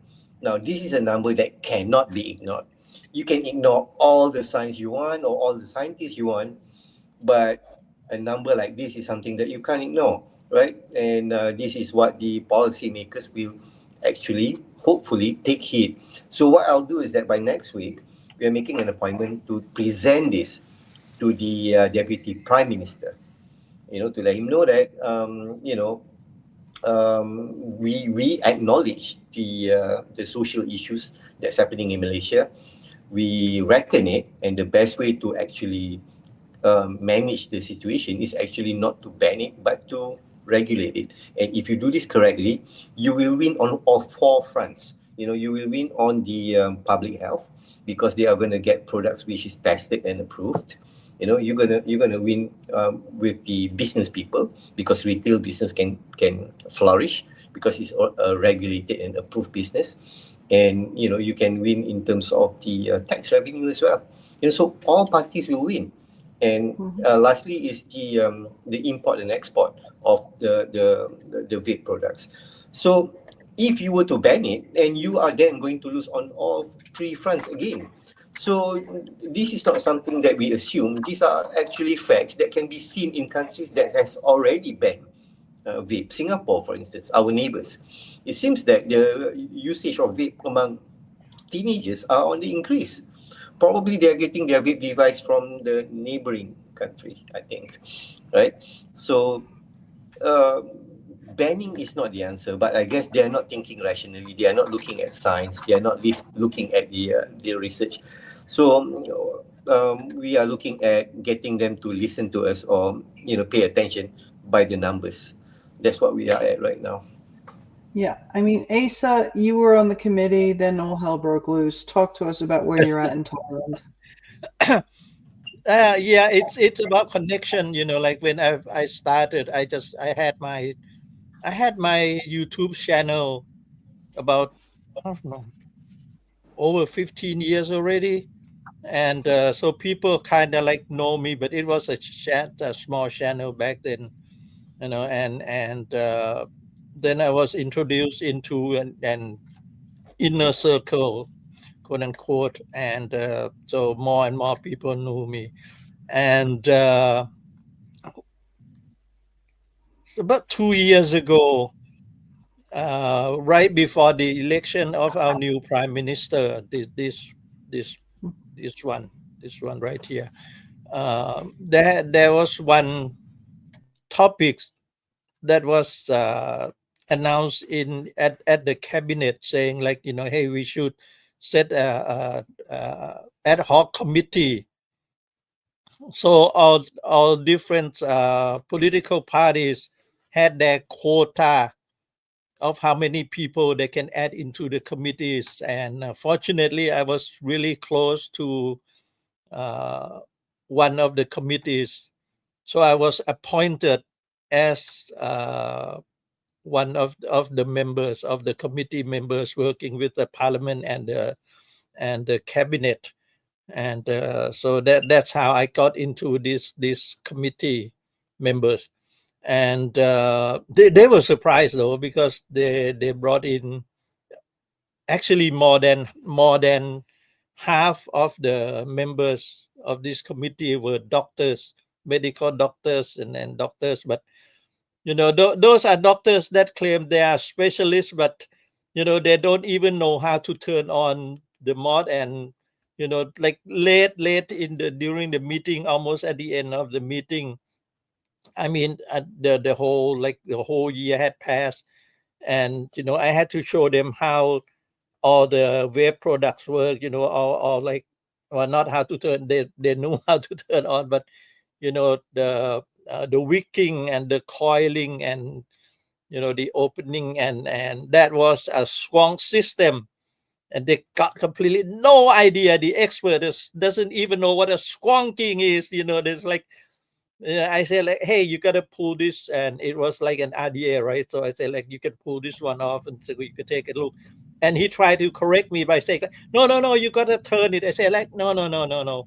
Believe me, I have this model. I mean, and if that's the thing, is that they don't know, and Expert. they don't know, but then they don't want to understand either. They don't Yeah, want to learn it, right? yeah, I mean, that goes exactly. back to all those studies that like Farsa did, with when they were testing vapes, the mouth to lung kits, pro Yeah, tanks and stuff, and frying the coils. It's like, well, dude, you don't run a pro tank at 100 it watts. happened here You just, also. It happened here also. And what's funny is, I don't know if anyone can remember, they test, like they have this box, right? A clear acrylic box, and they test a coil.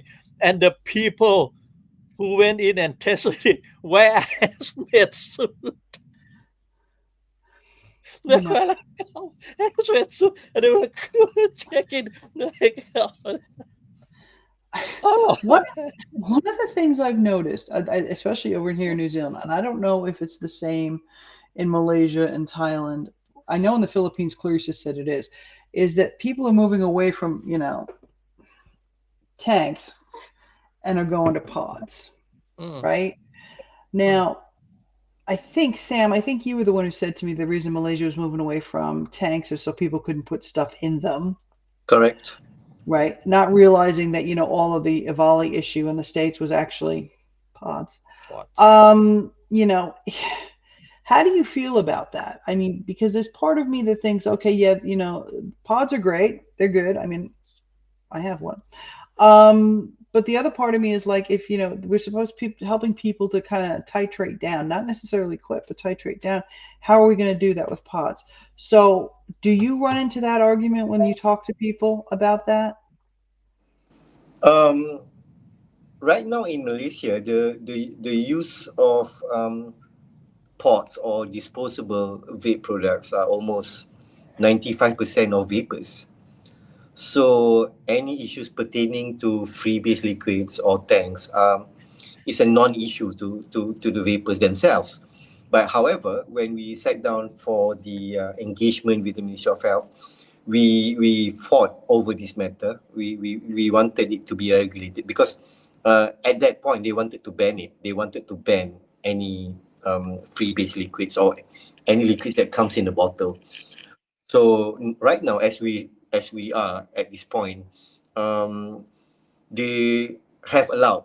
They are going to allow vape liquids in a bottle, but only up to 10, 10 ml bottles, very small bottles. So Like in the yeah, UK? yeah.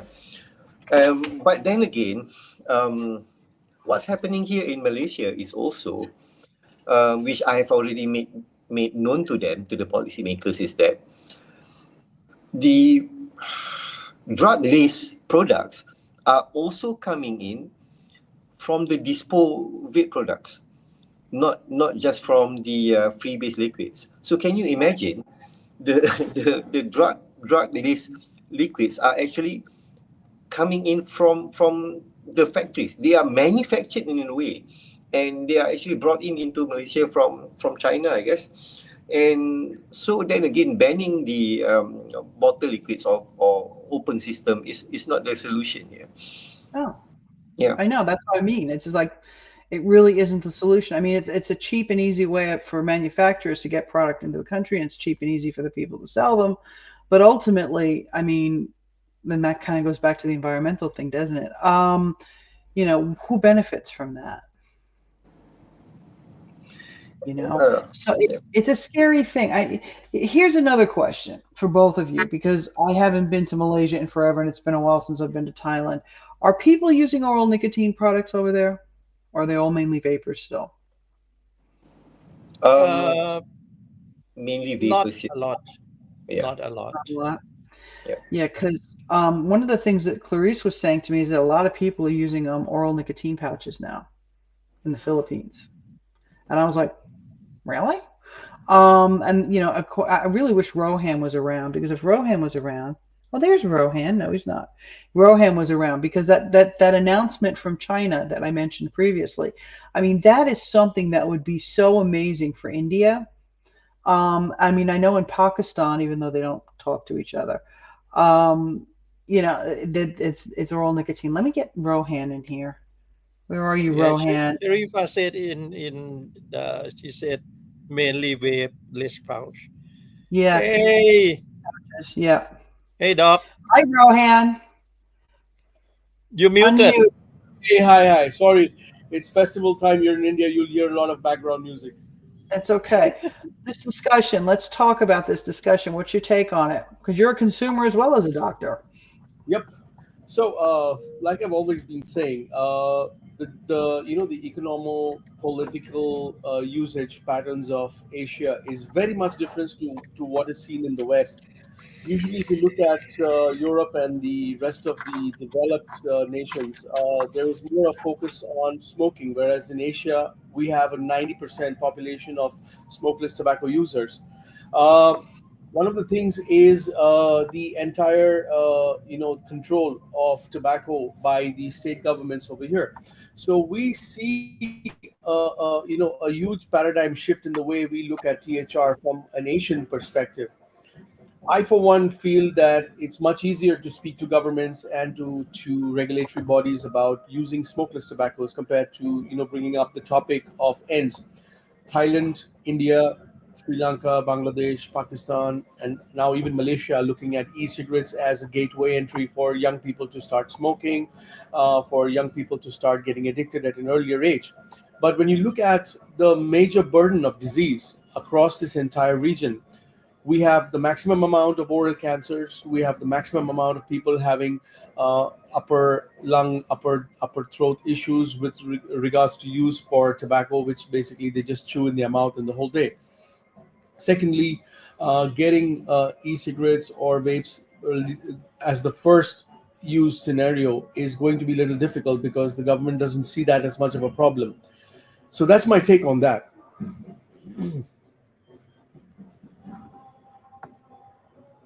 Sorry, I can't hear you, Nancy. You're muted. I did it again. The doctor has spoken. I said, um, what do you what do you think about the whole China that thing? You're the one who shared it. Um, do you think there'll be uptake in India? I think that will be a very big boost for this region. Right now, across South Asia, I'm not looking more at Southeast Asia. I'm looking more at South Asia as a region, which is specific to us right now. One of the biggest problems that we have is the huge amount of affordability that people have to buy small packets of tobacco. Now, 90% of the smoking 90% of the tobacco users, I would say 80% of the tobacco users in Asia, in South Asia, are farmers, people who come from very low socioeconomic status. You have people who are daily wage earners. They buy just one packet of tobacco, which is basically a few pennies, and they find it very affordable. It's just a few pennies that they buy it every day, and they use it, and it doesn't pinch their pockets. Now, when you try to market e-cigarettes to this kind of a population, first of all, it's not affordable. Secondly, they don't see it as something which is going to give them any benefit. China, being a huge political and an economic powerhouse in South Asia and the entire Asian region as itself, the policies that they take is usually looked upon by local governments as something which they may be able to regulate and emulate. Even though they have a lot of differences with China. China wants to go and target every other country with regards to their political situation, but many of their policies are also looked at and they're seen as a best practice. Now, with China coming out with a positive note on, now we'll have to wait for the official declaration, but if and when they do come out with a note saying that yes, we are looking at nicotine pouches as something which is affordable and easily regulated and safer, that creates a very positive environment, especially for South Asia, which is India, Pakistan, Bangladesh, and Sri Lanka, to push forward and give THR advocates in this region a very good, weapon to discuss with them about how to reduce harm in people who can afford, who are living day to day. Well, it's the kind of the same argument. I know this is about Asia, folks, but I'm going to bring in another LMIC because it's all very similar. It's kind of the same thing that's going on in Africa right now. Yeah. Okay. And it's the low socioeconomic, these people don't have a lot of money. I'm not including South Africa in that because that's a completely different situation.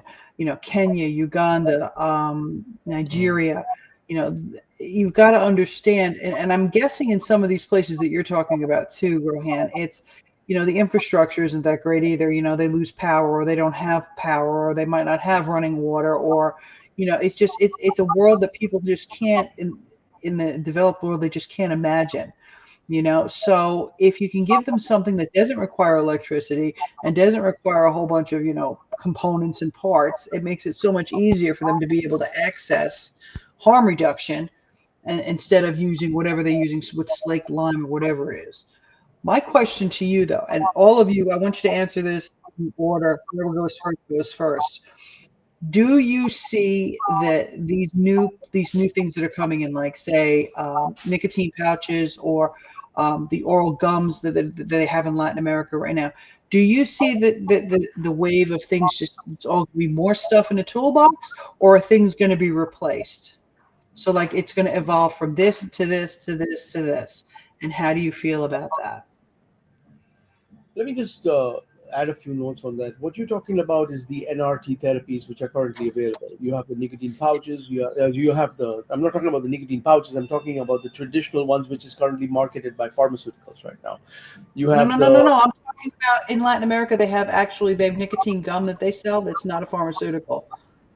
Okay, so they brought it under the OTC. It's not even OTC. It's almost like the best way to explain it is, you can get a watermelon flavored nicotine gum.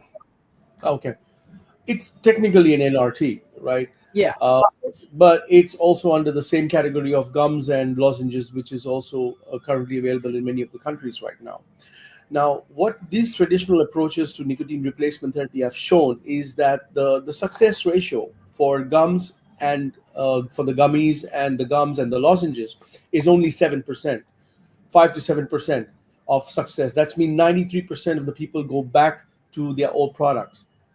Now, that's a very, very high failure rate. 93% people going back to the old products is a very, very high failure rate. It means, if anything, for it to be statistically significant, it has to have a success ratio of more than 20 to 25%.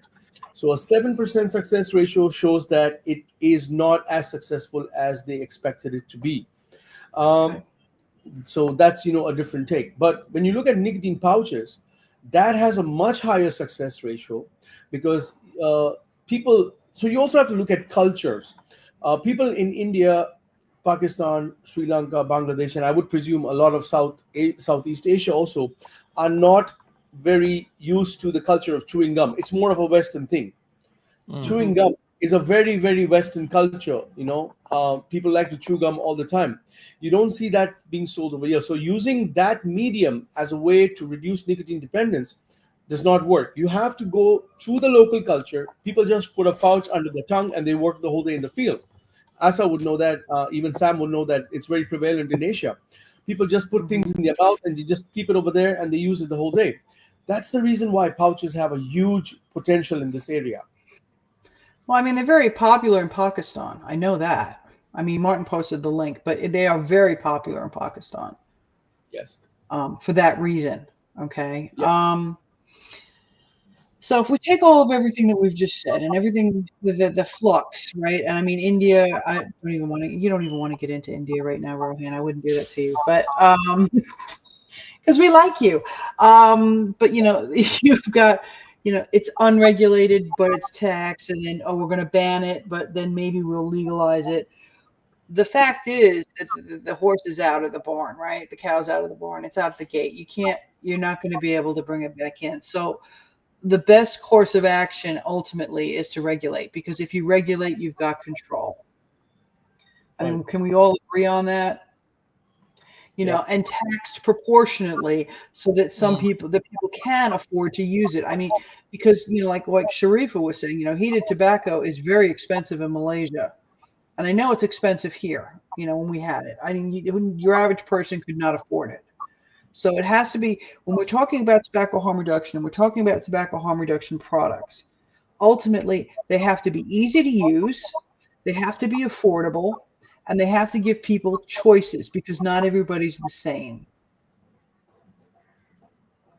Correct? Yep. Yes, absolutely. So heading into this COP now that we've got coming up, this COP 11, and like I brought up before, that provisional agenda item which just spun my wheels, okay, about harm reduction being a tobacco industry construct, and all of the pressure that's coming in. And you see, this is something I don't think a lot of people realize, is that a lot of the pressure that comes into our governments, our respective governments, is not necessarily directly from the WHO. It's coming from the NGOs, because the NGOs are calling the shots at the WHO. Okay. And these are people that have their own agenda. Yep. Okay. So the only way that we're really going to get anywhere is going to be trying to, how do you put it, negate the disinformation and the misinformation that's being put out there. And that's a battle in and of itself.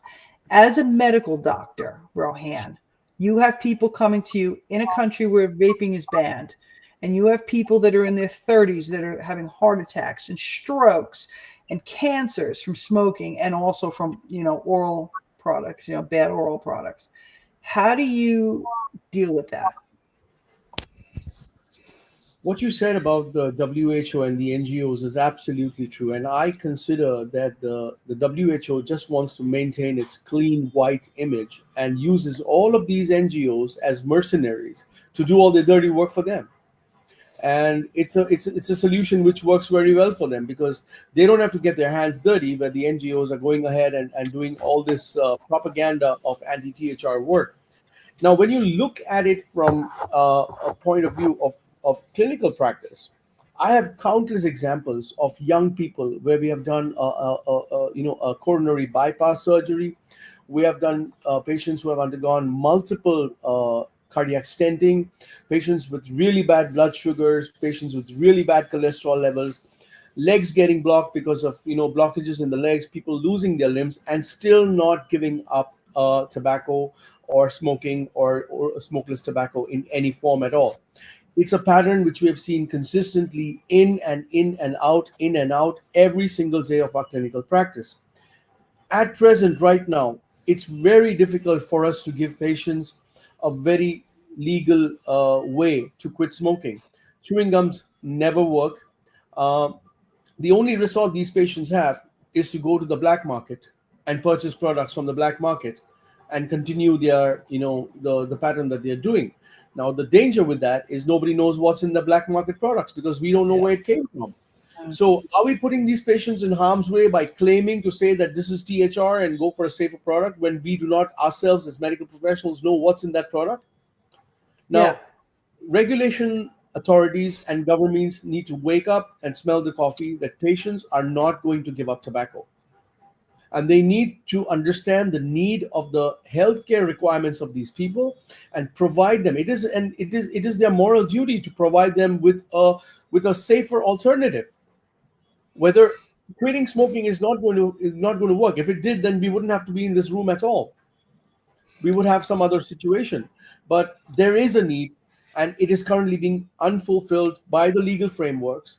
and people are looking for other alternatives which are not regulated, which have ingredients in it which we do not know. And once the patients or people get maybe, let's say, an allergic reaction or something bad that happens to them because they smoked an unregulated product, or they vaped an unregulated product, or they chewed an unregulated product, once again the blame game begins. See, we told you these products are not safe, but you didn't regulate them in the first place. So, Well, I mean, everybody in this, I think everybody in this chat right now has lost somebody to smoking related disease. absolutely, All of us. absolutely, And you know, the thing is, a lot of the people that are in public health that are so anti are also in that same boat in talking to them. You know, the my way, the highway, quit or die people. Um, the thing, I guess, is I think our job as advocates, and I'm not saying activists, because you know I make a delineation between the two in my head, and maybe I shouldn't, but I do. Is activists bring the issue to the forefront. You know, they make you aware of the issue, but the advocate is the person that goes and does the background work and the leg work to try to affect the change. So an activist wants change, an advocate tries to affect the change.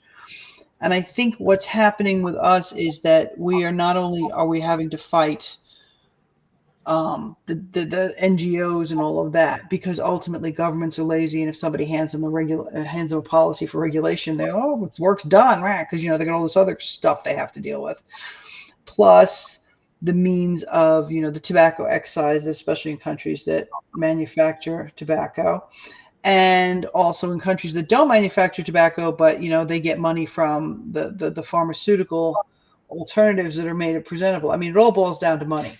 It's your money or your life, is what I'm trying to say. And we're sitting here going, oh, it's my life. And they're saying, no, it's money. Would that be a fair assessment? absolutely. I think that's You spot know, on. Yeah. and that's kind of where we're at right now. And really, and I've said this to multiple people too, is that these people work for you, not the other way around. I'll give you an example, Nancy. Maybe a year ago, I think Sharifa was there with us when Sharifa, me, and Konstantinos were invited to Bangladesh to meet with government authorities to see if we could talk to the government authorities about how we can educate them or guide them in forming regulatory policies, because the previous government in Bangladesh had taken an approach that they wanted to be tobacco smoke free by 2030.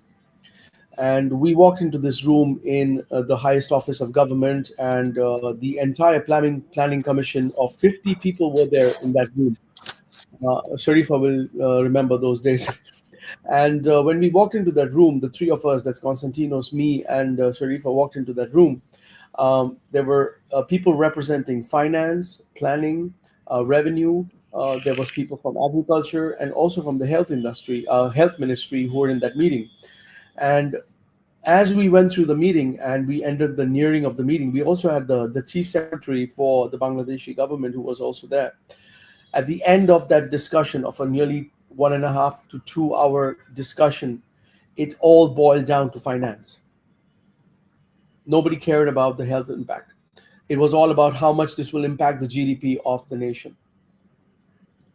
And that is something really, really scary, because the health impact of using harmful products or more harmful products is so much of a big burden on the healthcare cost of that country. Highest amounts of oral cancers, highest amount of cardiovascular disease, highest amount of diabetes, cholesterol, peripheral vascular disease, and not to name the other effects on the lung and on the upper respiratory tract.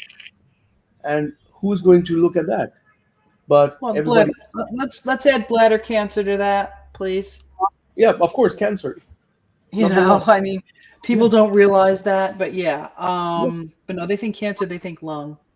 yeah. They don't think, bladder cancer or genital urinary cancers and all the other things that can possibly go wrong.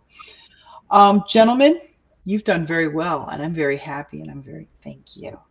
Um, do you have any final statements that you would like to make? Asa? I'm good. He's exhausted. Sam? I'm good. Thank you for inviting me. I just would like to make one more point here, all this misinformation, malinformation is actually coming in from the mass media. And if we are trying to combat this malinformation from the social media, as powerful as social media is, it's not going to work. And if you're going to like correct the narrative, correct the perception, it has to be done at that level, at mass media. If the perception is created at mass media level, we have to fight them at that level. Yeah, I mean, we can't do it through the mainstream media because they don't want to listen to it, so we have to use the alternative media, which is building up. Yeah. Mm. You know, Rohan, final words. Nancy, do you remember the last COP in Panama where one of the delegates actually brought up an electronic cigarette with a box on it that said cancer flavor? Yes, I Do you do. remember that? Yeah. Yes. So that is what they're trying to propose, that this is a cancer flavor and you'll get cancer with this, when medical research and a lot of research which have been done on the aerosols which is produced by the the regulated electronic cigarettes have shown that Mhm. they're 90 to 95% safer and have less toxins, maybe just 100 toxins compared to 7,500 toxins in a combustible cigarette. Yeah. And they have had absolutely no background on why they said it was cancer flavor. There was no reason why they should have said that. But this is the kind of misinformation that we as advocates have to fight against. And Oh, I yeah. think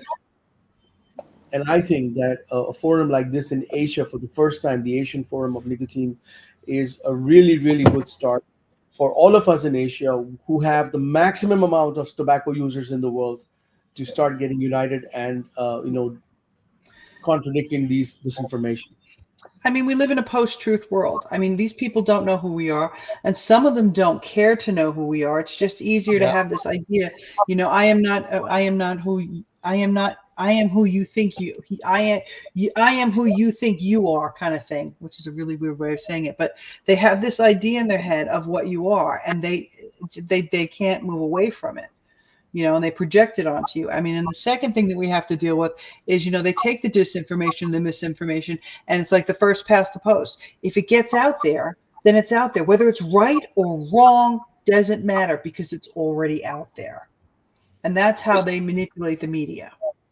And one more thing that I would like to add is, since like we are doing this because in November there will be FCTC COPs 11, right, in Geneva.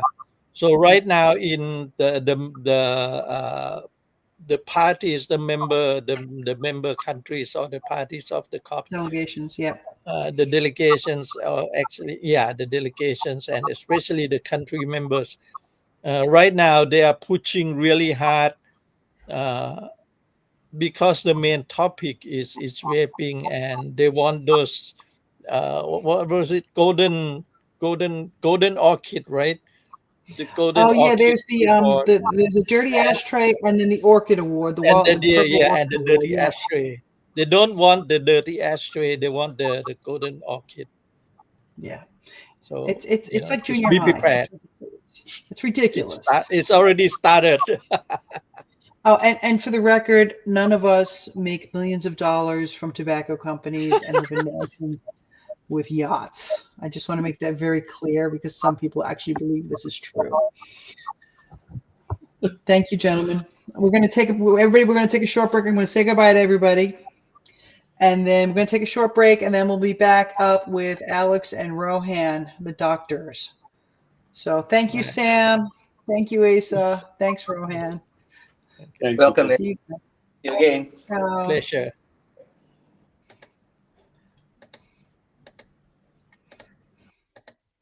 Hi, everybody. Thank you for. Yeah, the Philippines has the most dirty ashtray awards, by the way, and they actually aren't that upset about it. Anyway, what I'm going to do here is I am going to put us on a intermission for a bit, so everybody can get up, stretch their legs, get another beer, whatever it is that they're going to do, and then we will be back. Okay, so thank you, everybody, and we will see you in a bit.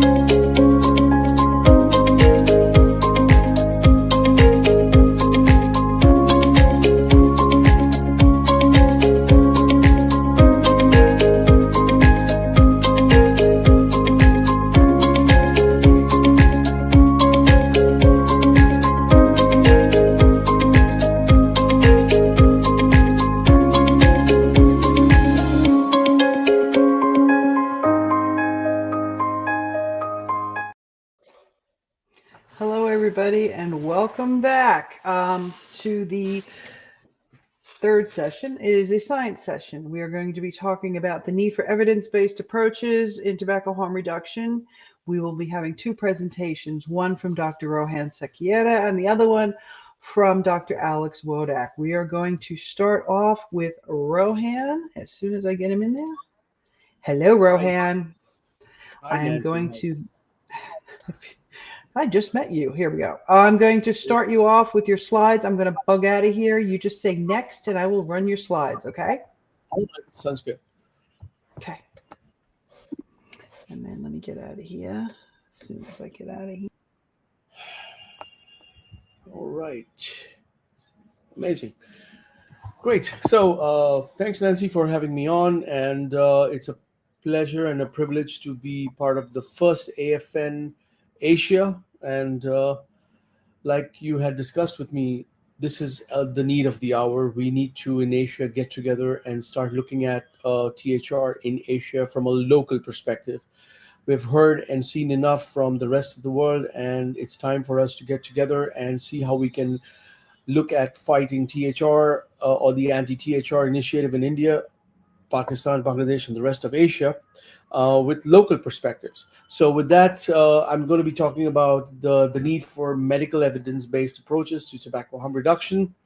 As this entire seminar has been, we're looking at Asia Pacific and South Asian perspectives. And we're just going to look at how we have medicine, which also Alex will be talking about a lot in detail as we go on, how medicine and medical perspectives play a very important role in shaping THR policy. Can we go to the next slide? So, if you look at this map, Asia is currently on fire, and this was the nearest image I could find where the entire Asian continent, the Asian continent, is on fire right now because of the 1 billion smokers worldwide, we have more than half of them, that's 500 million, who are residing in Asia, and 8.5 million deaths annually, 4 million in Asia alone. And this figure is going up. And this is the reported numbers. We do not have the unreported numbers so far. 4 million people every year in Asia dying because of tobacco, whether it's smoke or smokeless products. And this economic cost for health and economies in this region is exceeding 1.6 trillion pounds, which is really, really high. Can we have the next one, please? Now, so, what we look at harm reduction, it's not only about policy, it's not only about the economies, it's not only about the adoption strategies, but it's also about the science behind it. Most of the policies for tobacco harm reduction have been based on good medical science behind it. The UK did that with their public health initiative, where they showed that vaping is 95% safer.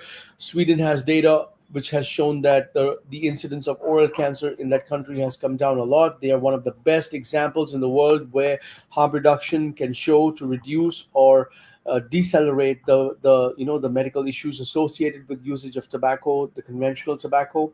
So it's been known all over the world right now, and multiple data subsets, multiple researchers have shown that nicotine is not the main reason for causing harm. It's the combustion or the use of unprocessed tobacco, which causes 7,000 toxic chemicals, which cause the multiple issues associated with health-related issues with tobacco usage. Whether you have nitrosamines, whether you have tar, whether you have the transamino proteins, which are all in the tobacco smoke, the carbon monoxide, and all of them, which cause a cascade of events, causing patients to have heart disease, diabetes, blood pressure, cholesterol issues, peripheral vascular disease, lung cancers, and all the other forms of cancers which have been seen in patients who or in people who use tobacco. And nicotine has not been identified as the main causative or the chemical in all of these people. Now we know, of course, nicotine is addictive. It's been used by people for 5,000 plus years, but it's not been related to a direct cause of cancer or any major chronic disease like diabetes, blood pressure, heart disease, and cholesterol. And THR basically has been in existence because THR promotes a safer alternative to e-cigarettes, to tobacco usage and conventional tobacco products by providing the same nicotine, whether it's chemical or naturally sourced, in forms of electronic cigarettes, oral nicotine pouches, and you have other non-combustible products like the chewing gums or the lozenges, and like Nancy mentioned, also the new nicotine flavored gums which are available in South America right now.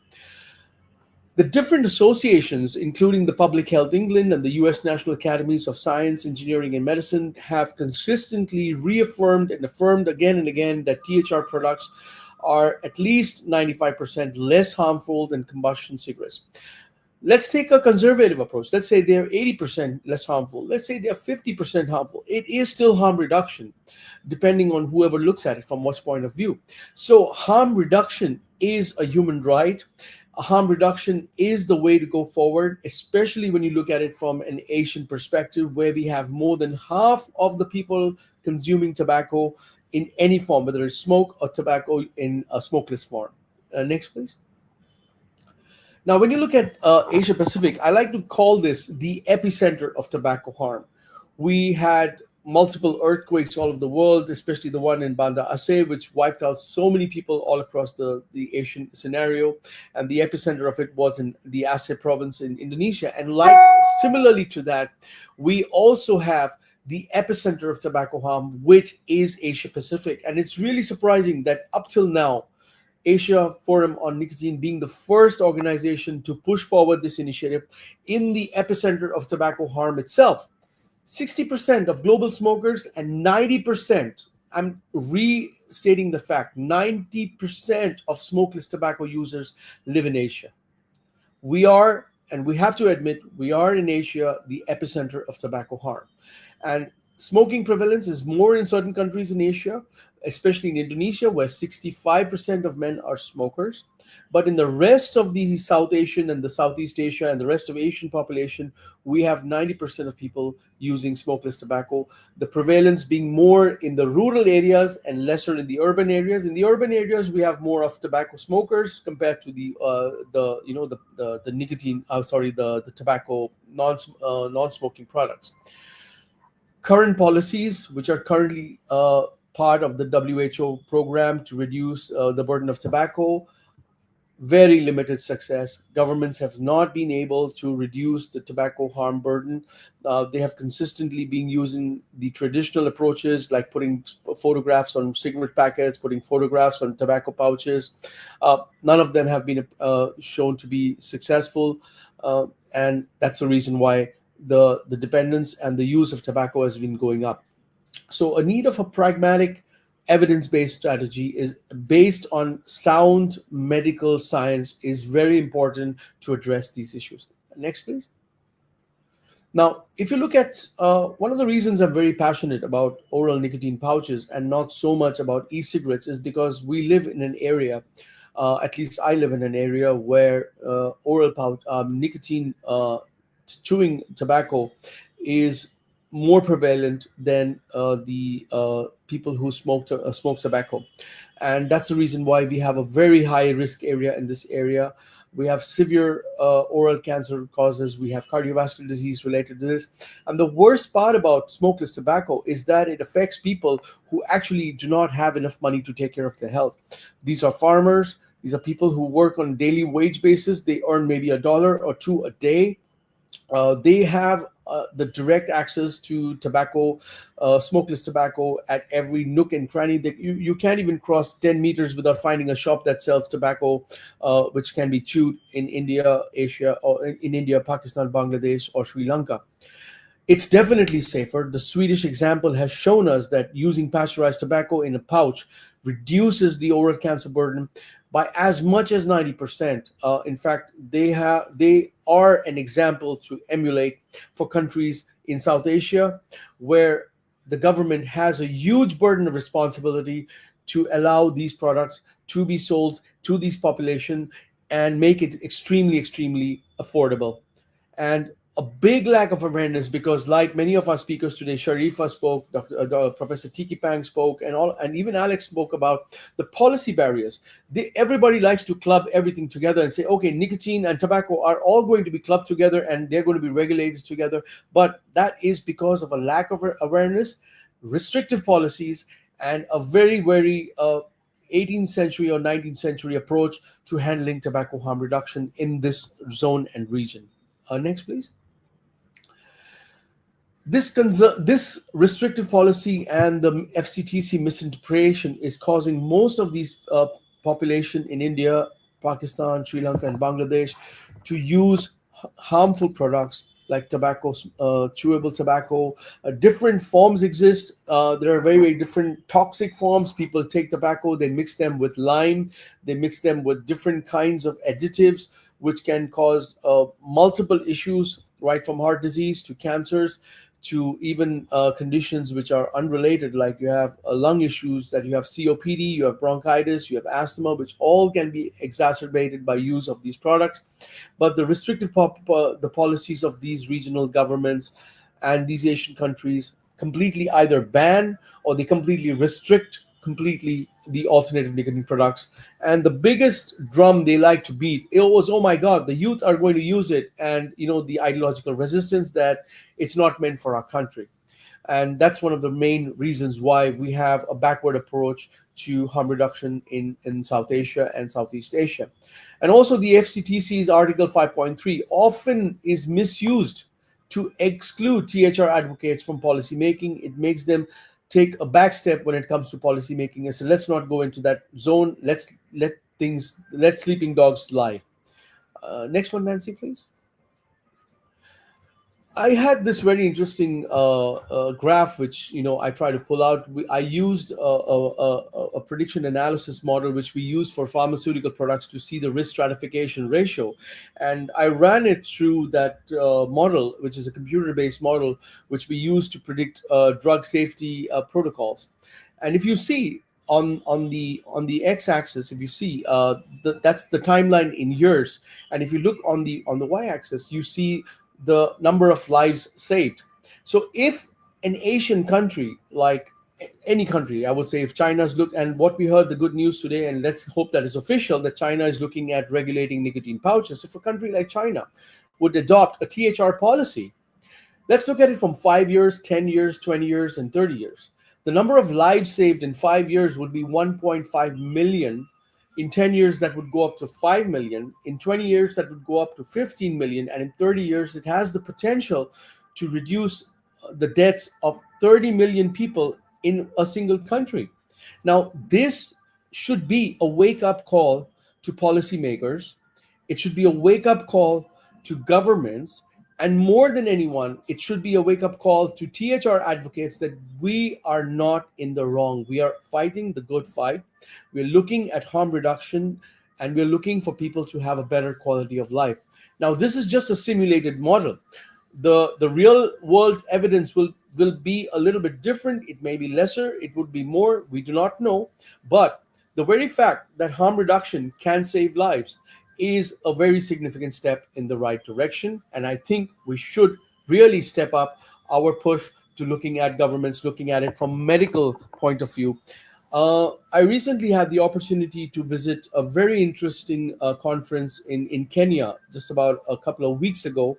And what really surprised me from the conference, it was arranged by RISA, and what really surprised me at that conference was 80% of the delegates in that conference in Africa, and they were from, like, I think about 15 to 20 different African countries, was that 80% of the delegates in that conference were medical professionals. And I was very, very humbled by the fact that Africa was able to pull that off and get medical doctors on board for THR. We had representatives from the governments in Africa. We had representatives from the medical community. And of course, we had THR advocates who were, the funny thing about the conference was the THR advocates were in the minority and the majority was medical professionals. And I think this is something which we need to see in Asia when you look at it from a harm reduction perspective.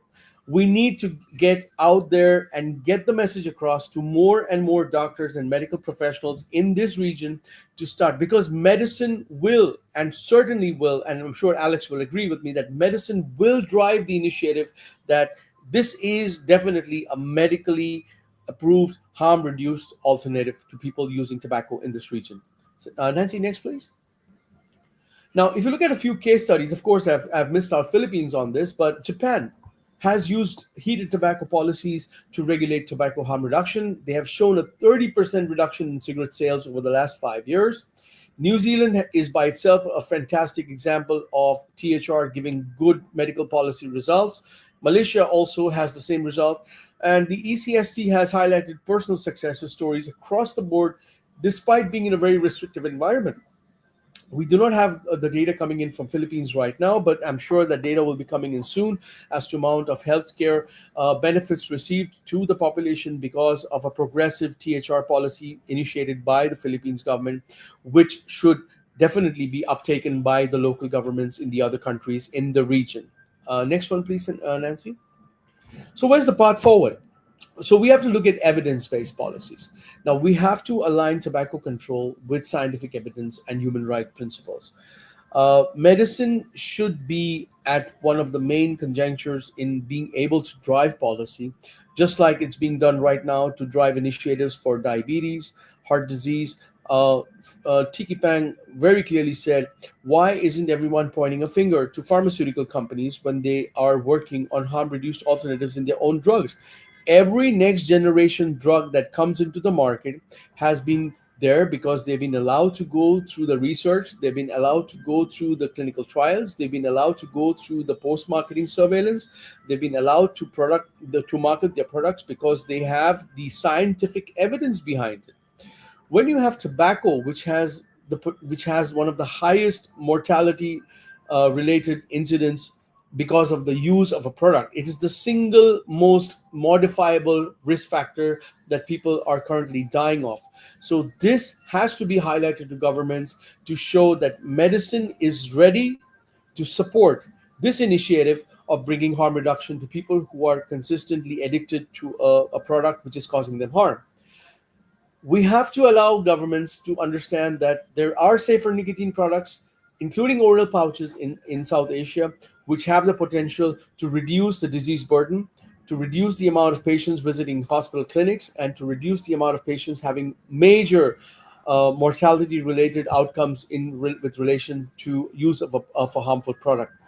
This has to be integrated, like the UK. They did it with their Switch to Stop initiative when they came out with their data from the Public Health UK. They have to encourage medical professionals to incorporate THR into disease prevention. I will talk about it from an Indian perspective. Every month, there are at least 3 or 4 medical conferences happening across India in different specialties, whether it's cardiology, whether it's diabetes, whether it's kidney disease, whether it's any of these diseases. There has to be an initiative to also include harm reduction with regards to tobacco into these disease prevention protocols and use this as an opportunity to educate medical professionals first about the misconceptions and secondly about the medical science evidence that is there, which basically drives medical research and harm reduction strategies. And of course, like the Asia Forum on Nicotine 2025, a regional cooperation between different countries where THR advocates can also help shape these policies. Next, please, Nancy. And embracing tobacco harm reduction definitely saves lives. So we have 60% of global smokers are in Asia Pacific. We have an urgent need for THR integration because there's a 95% harm reduction potential for these people who are actually using harmful products. Like I showed in the prediction based analytical models, we have the potential to have, even with a very very conservative approach, of having 30 million lives saved within the next 30 years, which has a huge impact. Now, I think medicine is going to play a very, very strong role in THR policy formulation. Uh, as of now, most of the bans which are done in Asia Pacific have not included the medical stakeholders. The ban on India did not include a representation from advocates or even from a large set of medical professionals. It just used the data which was there, but they had their own reasons for doing that, and they were justified because many of the youth were using e-cigarettes and all of that jazz. But when you look at tobacco harm reduction, the biggest potential here is to those 90% population who use smokeless tobacco, and here is where the opportunity lies. Initially, Alex Wodek had spoken about it in the first talk itself, where why is pasteurization not considered as part of the oral tobacco policy? And one of the reasons which I mentioned, and I sent a message to Nancy, was that it's because of the cost. That is where an initiative from the government can come to subsidize these costs and say, okay, you have tobacco, you want to pasteurize it, you want to do a nicotine pouch, yes, we will help you subsidize it so that the harm reduction is taking place without causing too much of change in the current scenario. And that's the reason why we have to move beyond the ideology that nicotine causes cancer to science led action for a smoke free future. I think that's what I wanted to mention about. And there are countless researches which are being done across the world right now where it has been shown that tobacco harm reduction reduces cardiovascular burden. It reduces the risk of diabetes related complications like kidney disease, peripheral vascular disease, and most of the other harm, including stroke, which is one of the direct consequences of smoking or using smokeless tobacco. And I think that's all I have to say, Nancy, and we'll take most of it later on with the discussion with Alex. Thank you for that. You've got music playing in the background, I think. Yeah, like I said, we're in the middle of a festival season and there's people playing music all on the streets over here. It's something I can't avoid. Yeah, it's But it's a function. it's okay. It's We all have good. people. Thank you, Rohan. It's the festival of Ganesh Chaturthi, so we have people carrying idols on the street and playing loud, blaring music. Sorry about that. I can't change the No, no, no. environment. It's okay. It's okay. I can hear it. I'm like, okay. I'm gonna bring Alex on, and then I'll bring you back on after Alex is done, so we can do the Q&A. Right, Are right. you okay with that? Yeah, All absolutely. right. I'm like, well, thank you for that. Let's see. And everyone, this is Dr. Alex Wodak from Australia, and he is going to give you a presentation.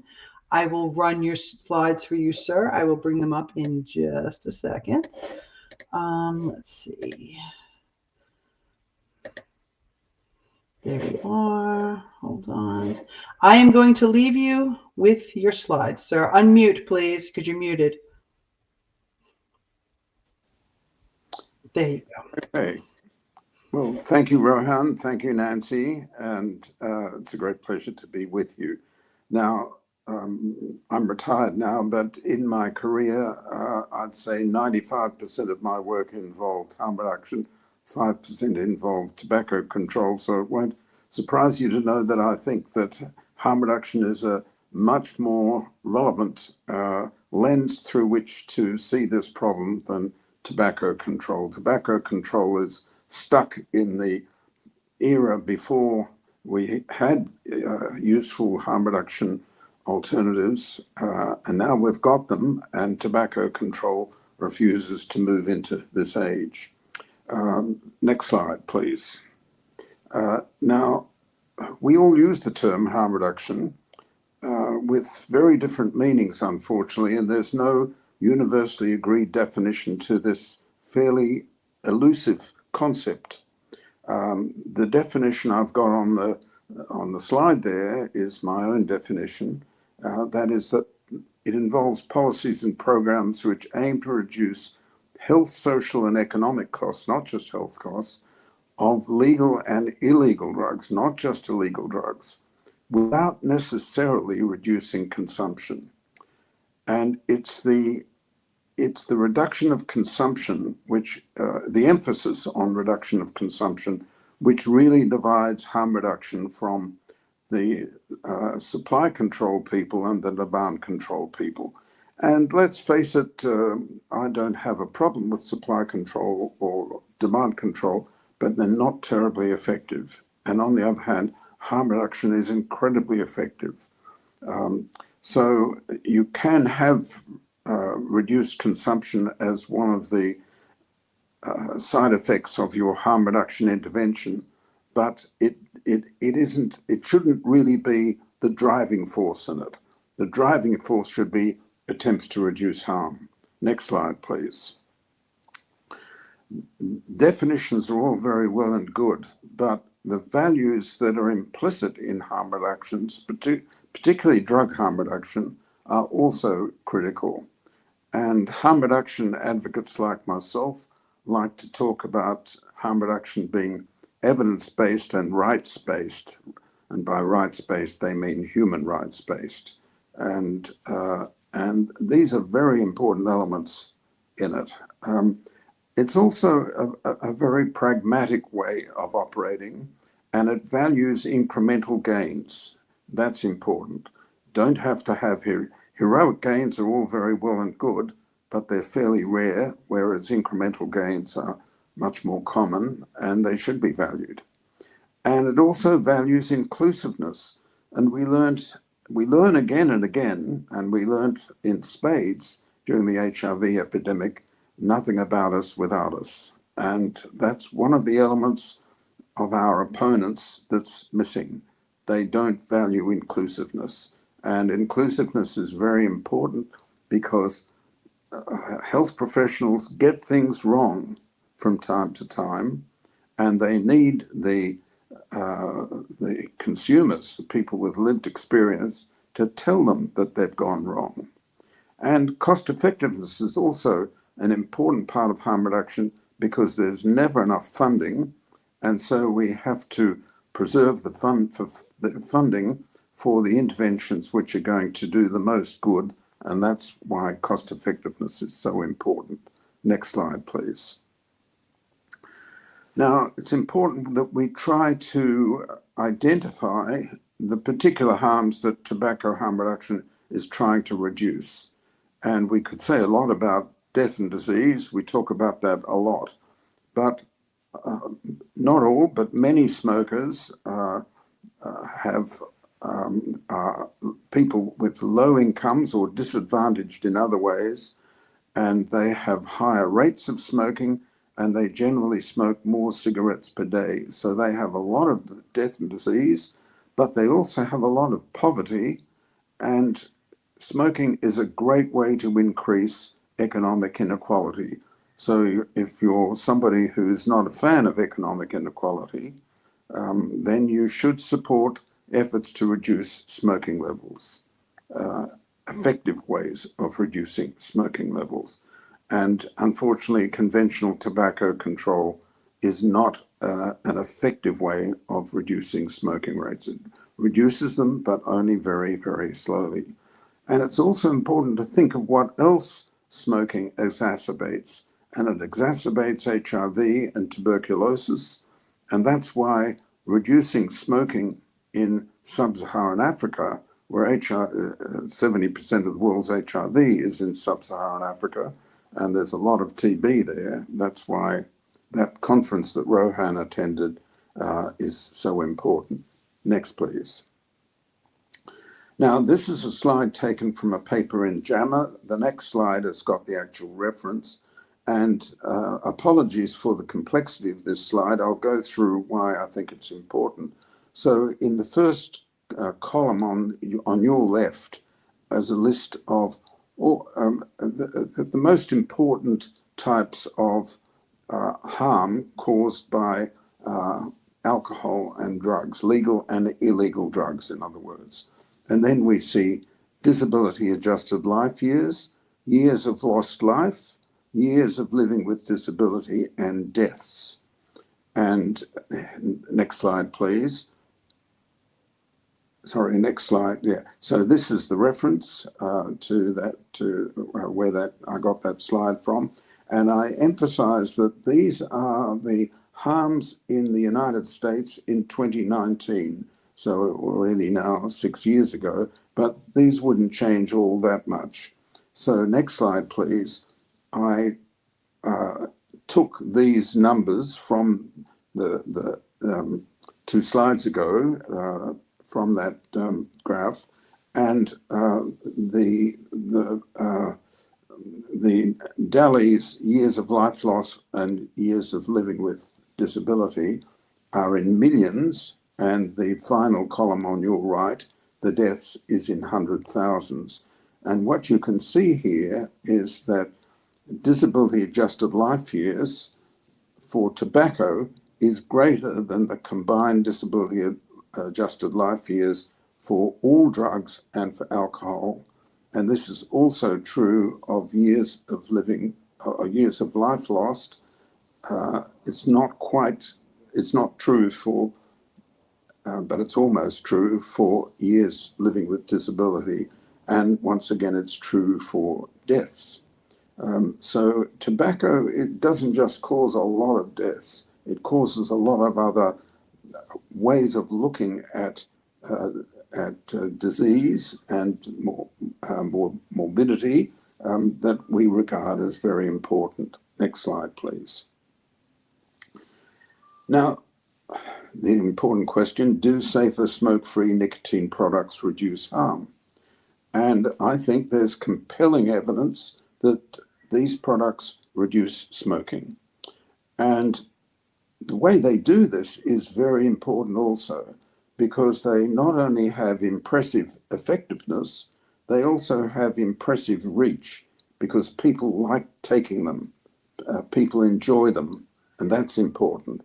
And so the combination of impressive effectiveness and impressive reach means impressive reduction in smoking at the population level.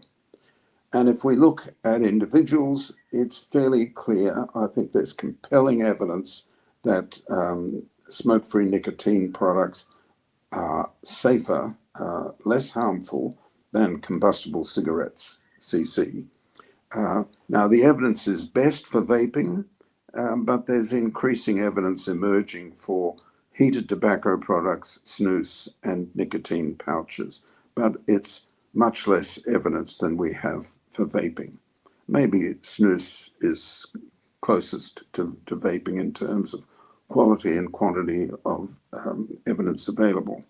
So because of what's on this slide, I think it's right to consider these four options, vaping, heated tobacco products, snus, and nicotine pouches, as tobacco harm reduction. Next slide, please.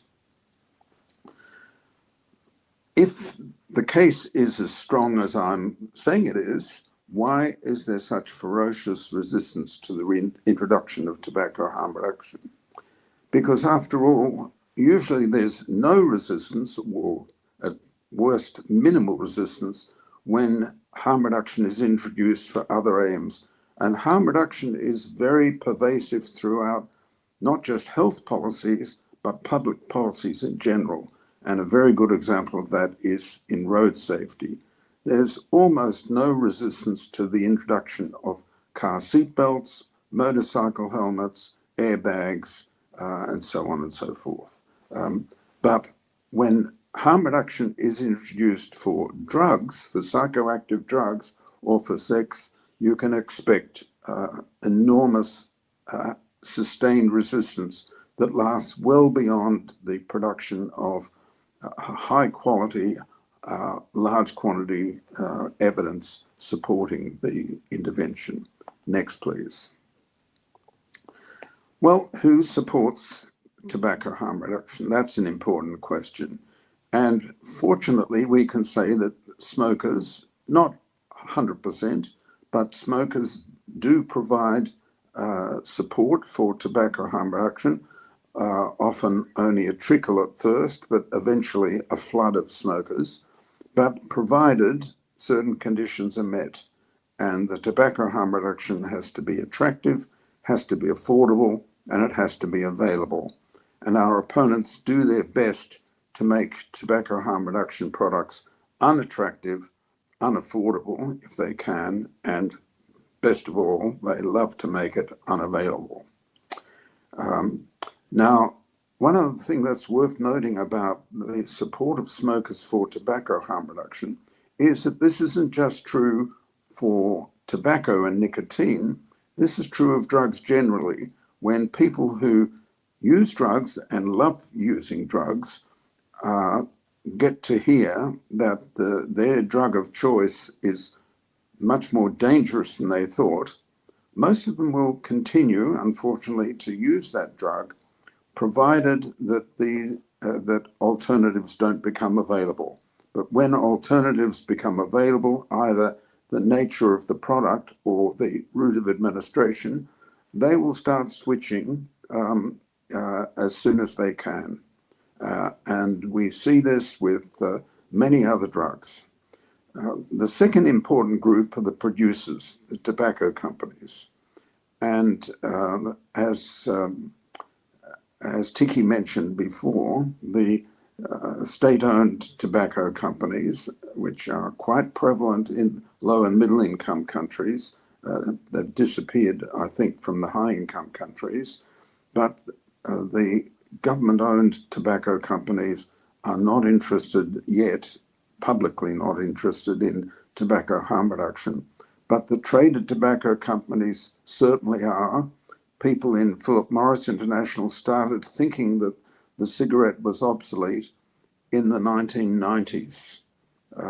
And they started moving, in the case of PMI, Philip Morris International, the world's largest traded tobacco company, they banned funding for research to improve the cigarette, improve in inverted commas, in 2004, and that's when they started putting funding aside to do research on a range of harm reduction products. And in 2015, Philip Morris International earned $200 million from safer products, representing only 1% of their net profit. By 2024, they'd earned $14.7 million, 70 times greater, representing 40% of their net profit. And by the second quarter of this year, that's 2Q 2025, it was already representing 43% of their net profit.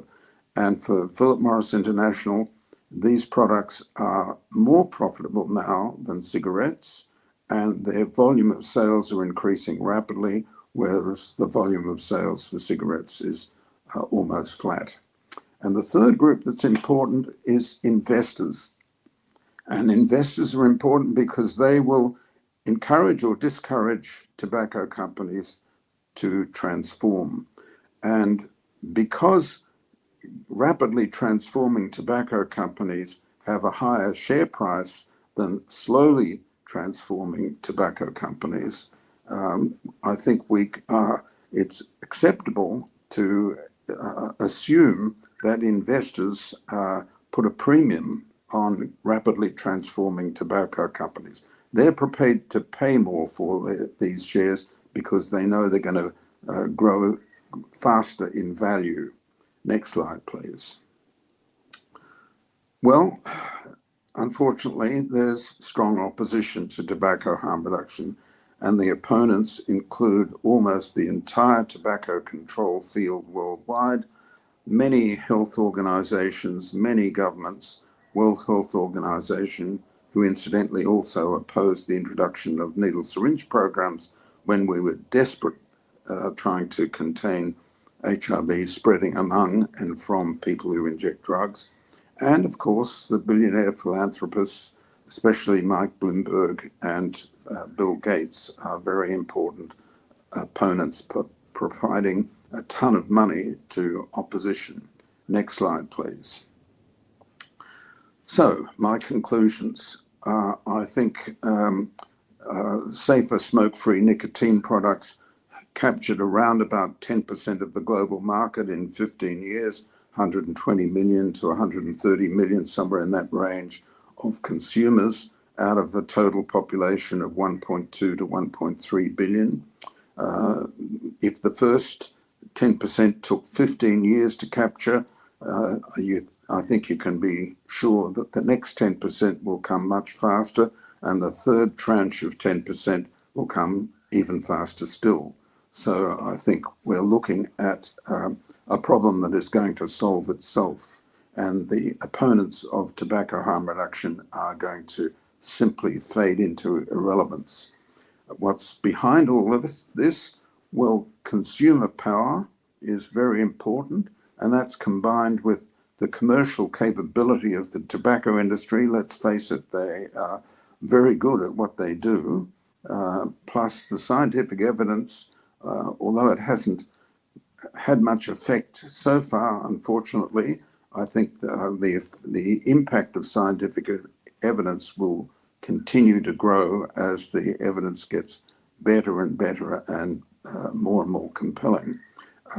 And at some point, the safer nicotine products will replace combustible cigarettes, and I think that will be sooner rather than later. And as Tiki quoted Herb Stein, an economics advisor to President Richard Nixon in the United States, a lot of people like this quote, including me: things that can't go on forever don't. And one of the things that can't go on forever is the ridiculous exclusion of smoke-free nicotine products from people who love to use nicotine around the world. Thank you.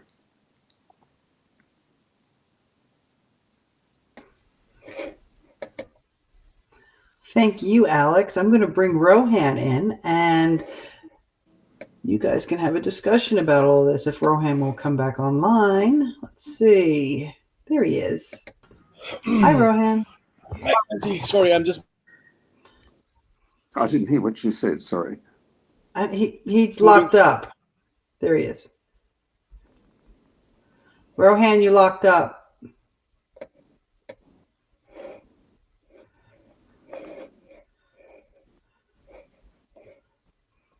Well, we need Ganesh outside Rohan's room to work his magic. Yeah, Rohan, you moved away from the modem and you locked up. You're very. You gotta I'm just on a different route. Well, it's Is not it better a good now? one. Not really. Wait, let me just.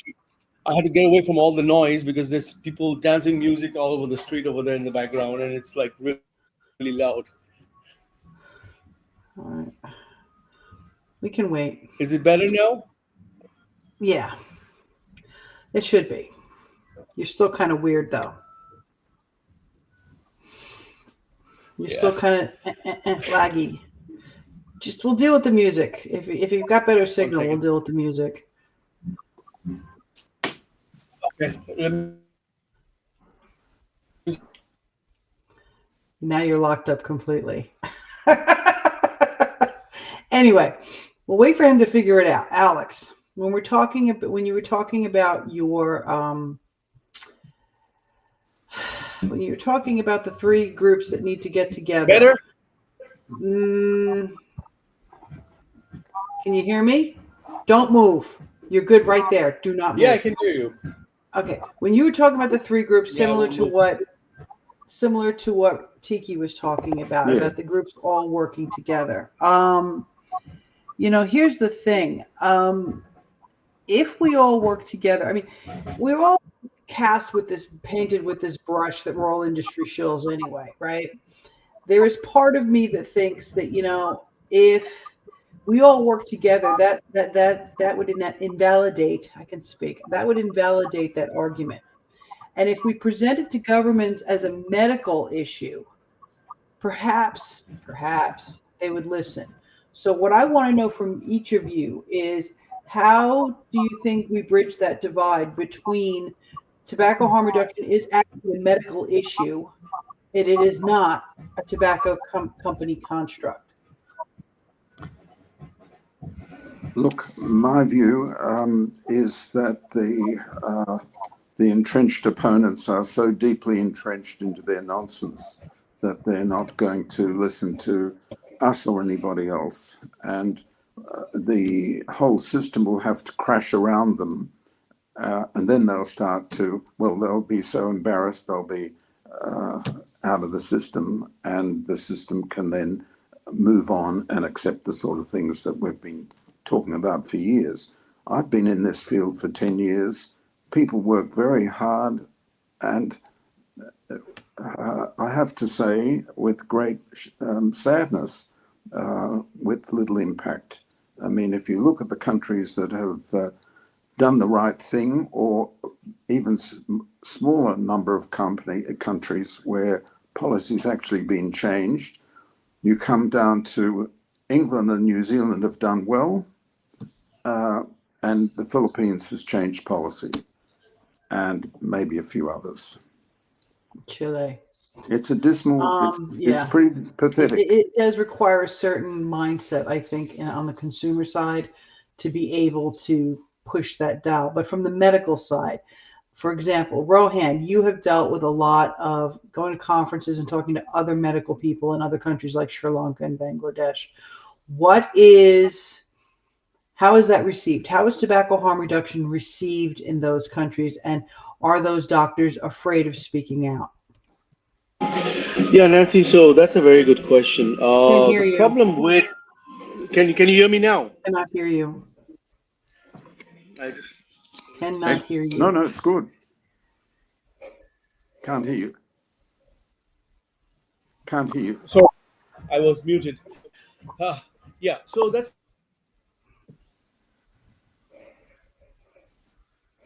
a good question, Nancy. Once again, sorry to all those listening for the background music. Can you hear me? Can you guys hear me? Hello. Yeah, I can hear you. Okay, great. Once again, sorry for for the background music, but Nancy, like you mentioned, THR. First of all, when you talk to doctors, when we go to medical conferences, or whenever I try to talk about THR, or if anybody speaks about THR, 95% of the medical professionals don't even know what is THR. They have absolutely no idea. They've never heard of it. THR, it's a completely new and an alien term. And the first 10, 15 minutes go into explaining to them as to exactly what is THR. So, it's all about education. I think there are a couple of organizations that work with medical professionals to educate them about THR. I think that's something very important that is required in this region. Maybe kind of a literacy campaign to help medical professionals understand first of all what of THR are speaking about about their anti THR because they never understood the concept of THR in the first place. So they just think that it's just nicotine and nicotine causes cancer. Even among the medical professionals, there are so many medical professionals who actually believe that nicotine causes cancer. They haven't been given the evidence to state otherwise. So it's education, education, education of medical professionals, giving them the right image, giving them the right perspective that nicotine does not cause cancer. And if you look at it from the entire THR point of view, I like to subdivide it into four zones.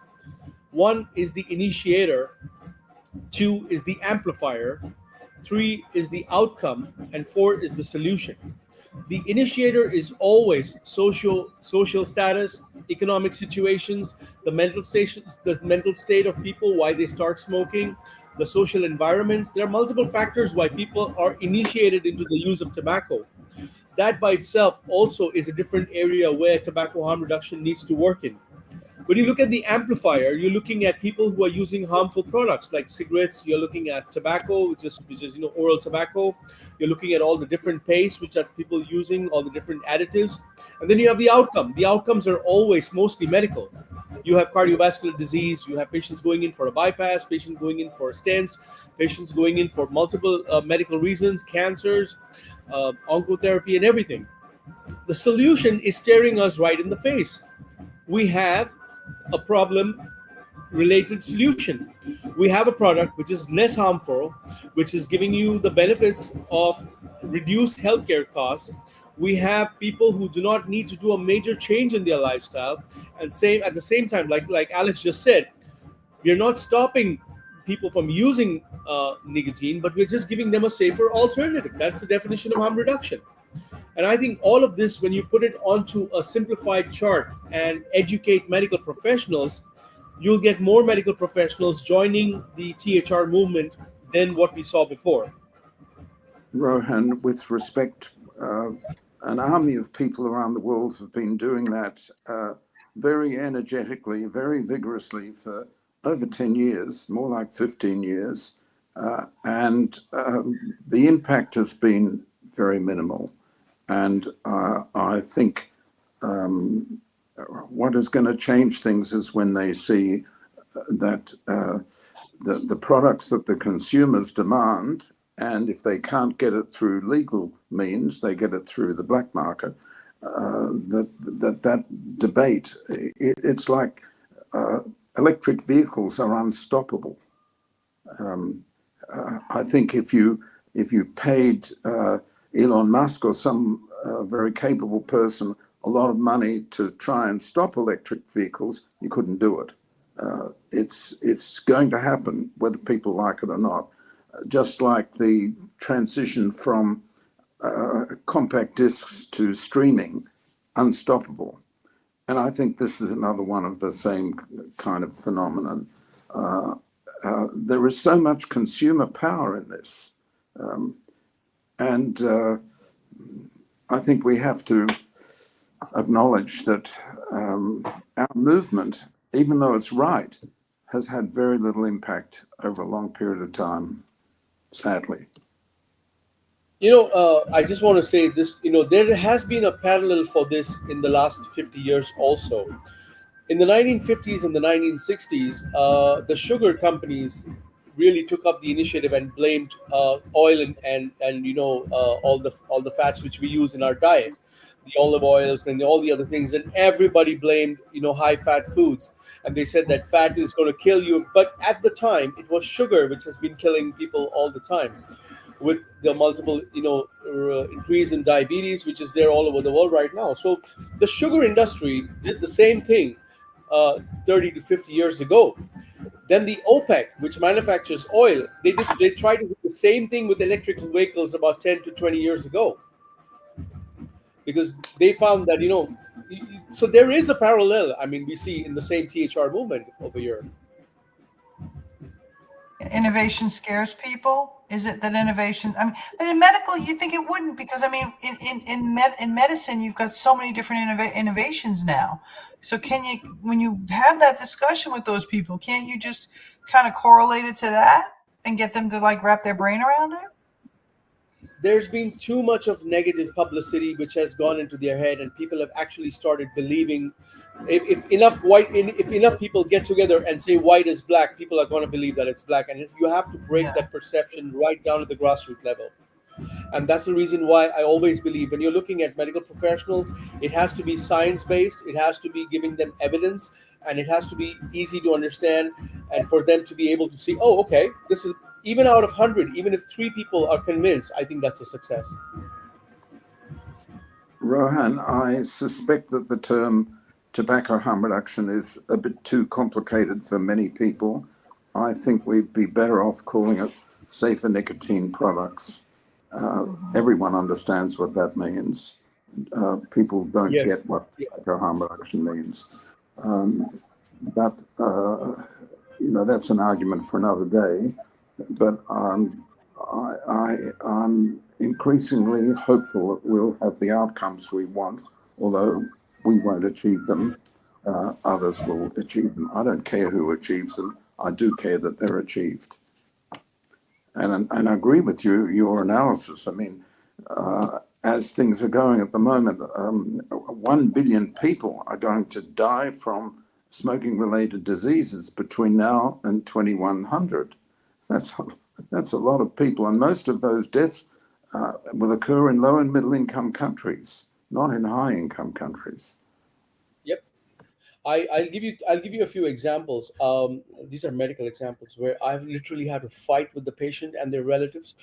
I had a young guy, he's about 35 to 40 years of age. I had to do a bypass for him, and the first thing he asked me when he opened his eyes after the bypass surgery was, "When can I smoke?" The first thing. And it's been 4 months now. He hasn't given up cigarettes.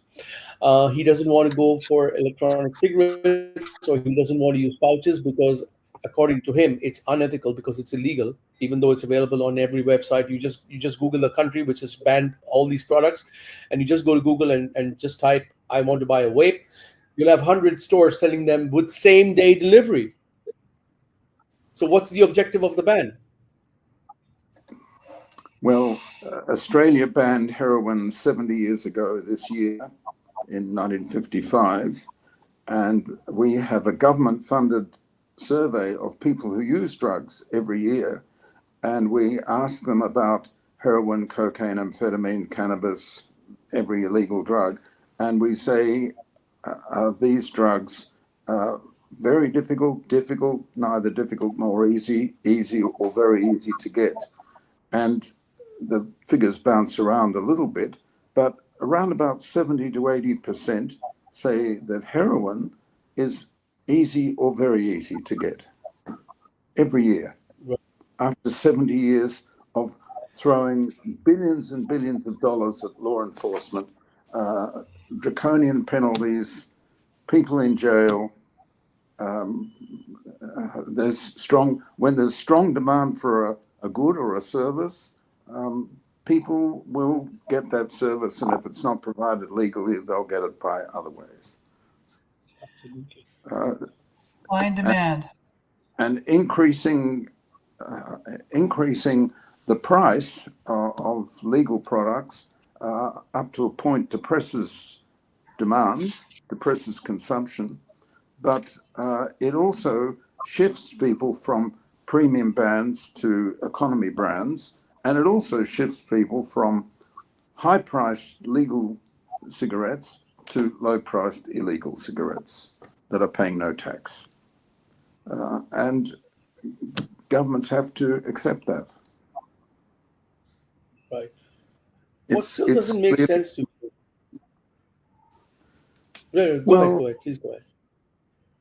look, I think this is a story about survival. Smokers want to survive, but tobacco companies also want to survive, and tobacco control people and their organizations also want to survive. And tobacco harm reduction is an existential threat to tobacco control. They know that their reputation and their organizations will be wiped out sooner or later by tobacco harm reduction. So it's really, for me, this is not difficult to understand, unfortunately. One of the things that really didn't make sense to me, was when I had a discussion with a couple of people in the tobacco regulatory associations in this country, in India, was the very fact that pasteurizing tobacco by itself reduces harm. You remove the bacteria that causes the tobacco associated nitrosamines and all of that jazz. It just becomes a one step process to package tobacco before you manufacture it for sale. And one of my discussions, and I just messaged Nancy about the same thing, was that when we discussed this proposition with current manufacturers, the first thing that came to mind was no, it's going to increase cost, because right now cost drives production, and production drives revenue.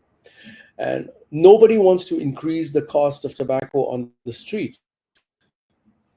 And a simple process Sure. like a pasteurization, a simple process like using an autoclave, pasteurizing it, removing the bacteria, just heating it to high temperatures, reduces harm, I would not say by 90-95%, but at least by 20, 30, or even 40%. I mean, that's a Yeah. clinically significant, meaningful, significant reduction in harm. Even that is an obstacle. You And know, we could make the nicotine pouches from synthetic nicotine and not have to there you deal go. with that. Yeah. But and considering the fact also that China is the world's largest manufacturer of tobacco with about 2 million plus tons per annum. India is the second largest manufacturer of tobacco at 700,000 tons per annum, and the third is Brazil. Um, Economies are tied very tightly with these products because they're agro-based products. There's a lot of a political strategy involved. They want to make people happy. They want to make people vote for them, get them into elections, and there's a completely different drama in the background which we don't hear or see. But at the end of the day, it's the common consumer who pays the price for it. He's the one who comes to our clinic with multiple issues. He's the one who has to put his hand in his pocket to take care of his heart disease and all the cancers. One person who, mostly in India, I would say that the people who are affected are some of the poorest people you can find. That one person's entire family's livelihood depends on his day-to-day, earning capacity. You're wiping out families because of an inability to bring out a policy which can change their lives. And that doesn't make sense to me in any spectrum. Yeah. I wanted to It's ask terrible. Alex something. in Australia, I mean, yeah, okay, I'm across the Tasman, but we don't hear half the stuff that really goes on. You know, are they reacting to the fact that New Zealand's planning on legalizing oral nicotine? I mean, are people flipping out about that? No, they don't consider anything that anybody else does anywhere in the world, unless it's tightening the system that we already have in Australia, and the the opposition the opposition to the hardline policies that Australia has had very little, if any, impact whatsoever. There must be a reason for it. I don't know what the reason is, but it's on both sides of politics. We have about 6 or 8 political parties in Australia, and the National Party, which represents rural interests, is supportive of tobacco harm reduction because they, in my view, my interpretation, they have some of the poorest, they represent some of the poorest parts of the country, and poor people smoke a lot, and poor people therefore have a lot of smoking related death and disease. So they support tobacco harm reduction, and the Legalised Cannabis Party, a fairly new party, supports tobacco harm reduction very strongly, and they really get it. They really support it. Other than that, everyone else is either opposed or divided. But when you do population surveys, there's very strong support for tobacco harm reduction. See, I wonder sometimes in the medical field, this is going to sound crazy when I say this, but if people use safer products, right, there'd be less death and disease. There'd be less costs to the government from the health system. So, I mean, when you weigh it up, for example, I know in New Zealand that the amount of excise that they were collecting was a drop in the bucket compared to the costs in the health system for the diseases that were caused by smoking. So does it really boil down to let's just keep the status quo, and if something's in the black market, we don't have to deal with it, we don't have to talk about it because it's not legal, so therefore it's not official? Is that what's going on in Australia? Yes, I think there's a bit of that. Look, when I started advocating for providing free sterile needles and syringes to people who already inject drugs as a way of reducing the spread of HIV, and I was campaigning publicly quite heavily, I got spat at in the street, and I got, that sort of treatment. And I got a lot of derogatory things said about me in the media. Didn't affect me, but that's what happened. And then when people could see it was a good thing, that turned around and people were very generous about me publicly and privately. Then when I started campaigning for tobacco harm reduction, it's the previous negativity replied started re-emerging. So doctors and anybody else who comes out publicly advocating for safer nicotine products pays a price for it, unfortunately. And there was a terrific article by Ariel Solia in Substack about a week ago, where she described her experience as a researcher. It's really worth reading. Rohan, I recommend this article to you by Ariel Solia from the United States. So she starts off as a very bright, very capable researcher, and she's for hardline tobacco control. And she starts doing research that shows that hardline tobacco control has negative impact and that tobacco harm reduction is actually very effective. And she changes her mind and she starts applying for grants to assess tobacco harm reduction. And all her grants are turned down. So she has to leave academic medicine and start working for the tobacco companies in order to pay her bills. It's really incredibly moving. She writes very well. People say, I haven't met her. People say lovely things about her. She's lovely. Yeah, I believe that. I was really moved by what she wrote.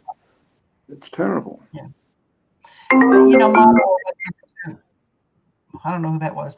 Matawa went through it too, if you remember. Yeah. I don't know Marawa's story in detail, but I guess it's similar. The machine. You know, you're with us or you're with us or you're against us.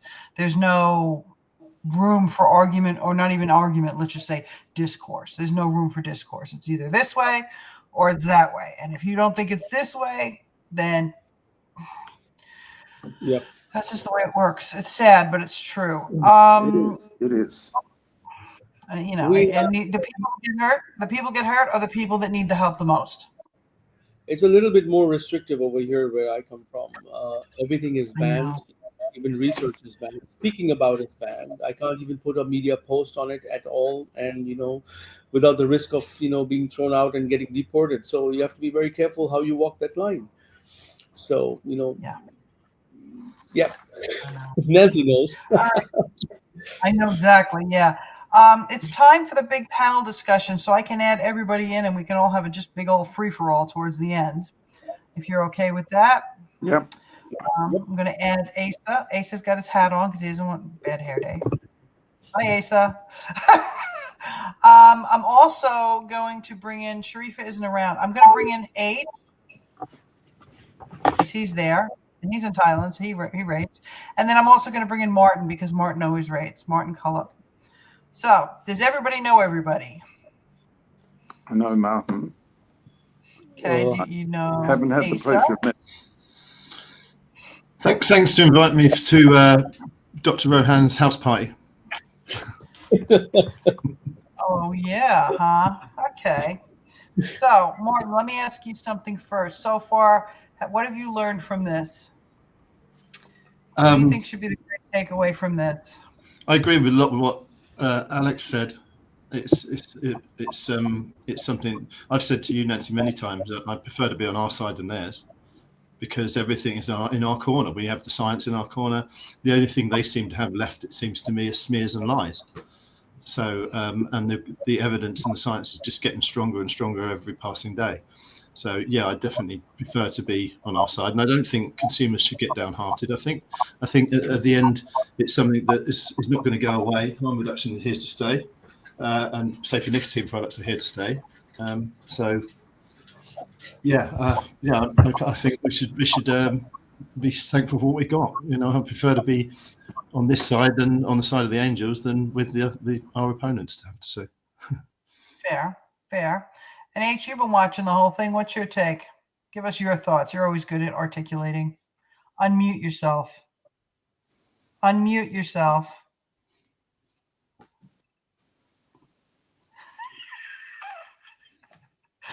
It's late, people.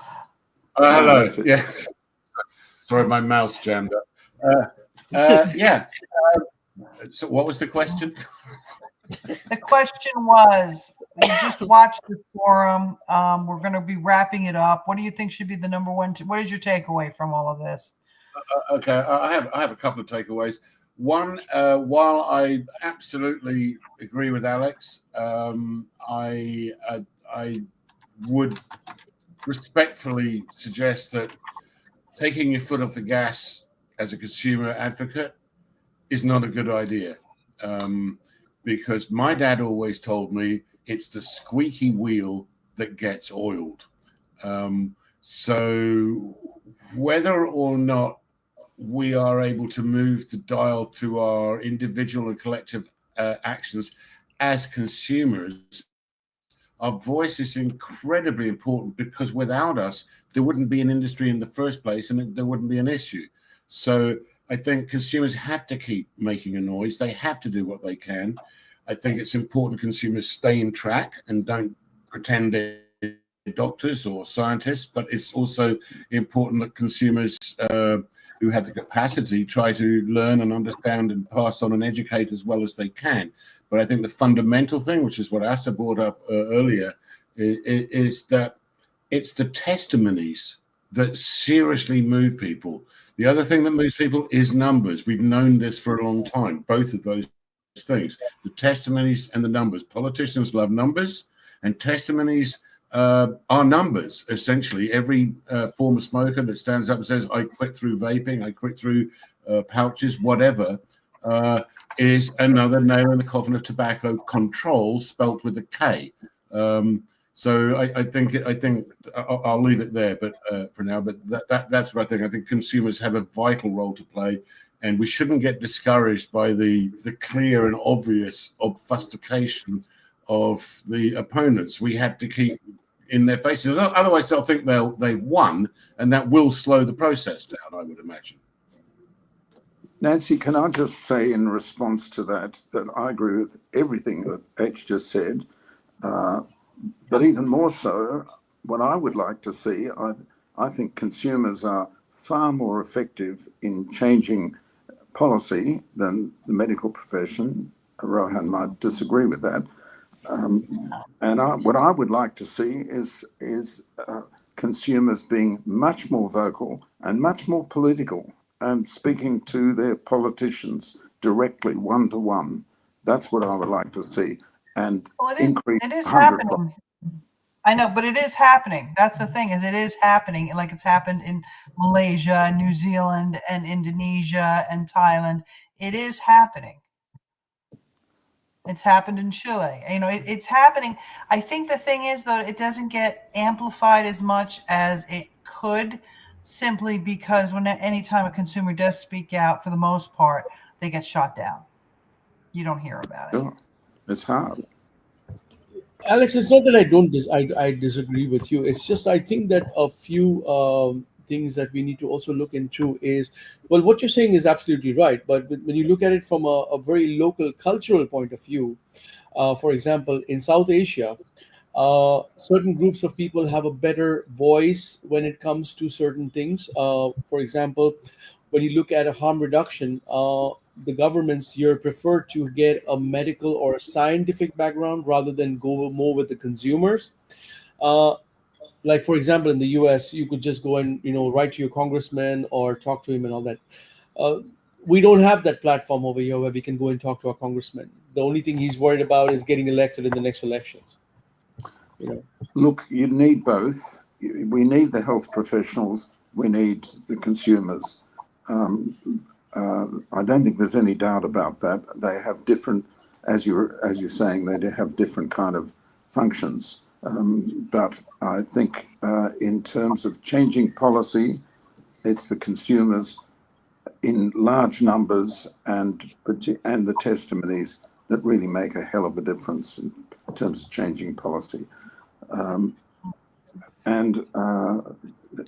experience in Australia over the last 15 years on consumer advocacy has been very disappointing.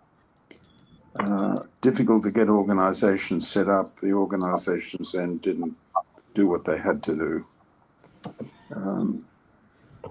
The thing is, and H has said this to me multiple times, is you want to find somebody who's truly passionate about the cause, but not so much for themselves, but for others as well. And I have seen it time and time again. I'm pretty sure H has. I'm pretty sure Martin has too. And Asa, I'm not just including you, Asa, there are a lot of people that get in there and they yell and they scream. And really, it's not about the collective, the cultural thing that Asa was talking about.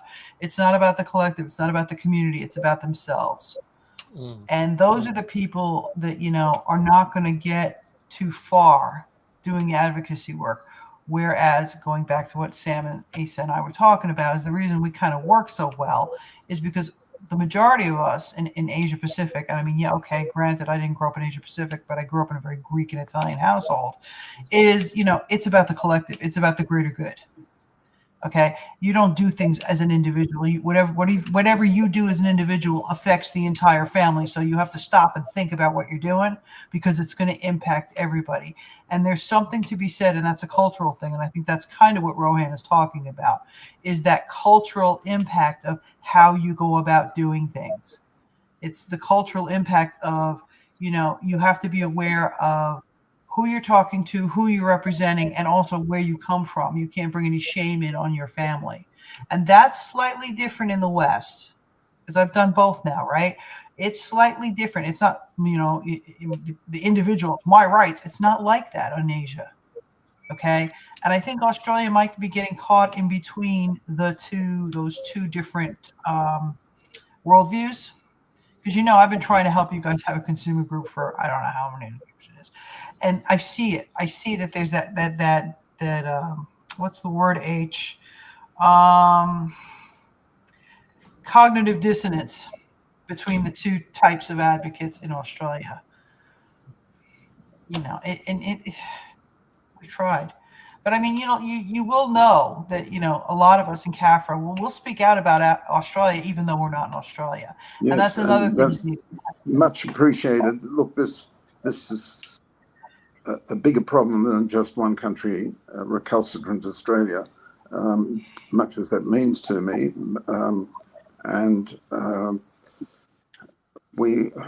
I don't think the situation is anywhere near as bleak as we like to think it is. If one country starts to flip, other countries flip. I mean, if we look, for example, at what happened with marriage equality, the world was essentially, what happened was that same-sex marriage was banned, was prohibited around the world, every country, 100%. And then Netherlands in 2001 changed, and then 3 years later another country, and then 2 years later another country changed, and then now over 30 countries have changed their policy on that, and including South Africa, Republic of South Africa, and Taiwan, and China.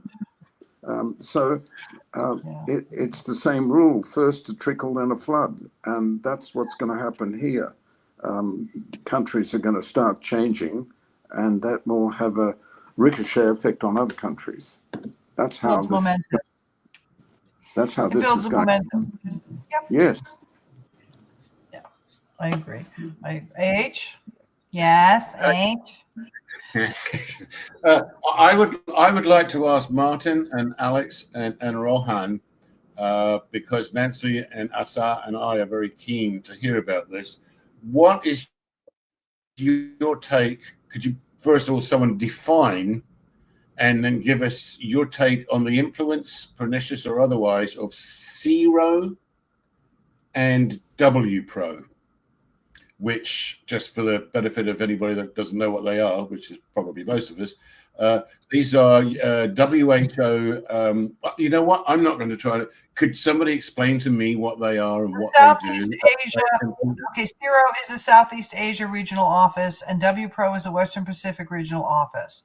The Western Pacific regional office is basically Alex. It's you. It's I. It's the Philippines. It's Malaysia, it is Indonesia, and then Zero is everything to the west. So it would be Thailand, India, Cambodia, I think Vietnam. Is Vietnam? Vietnam's on WPRO, I think. But what's, like I said in the very beginning, okay, it originally in Southeast Asia, it was very much negative, ban.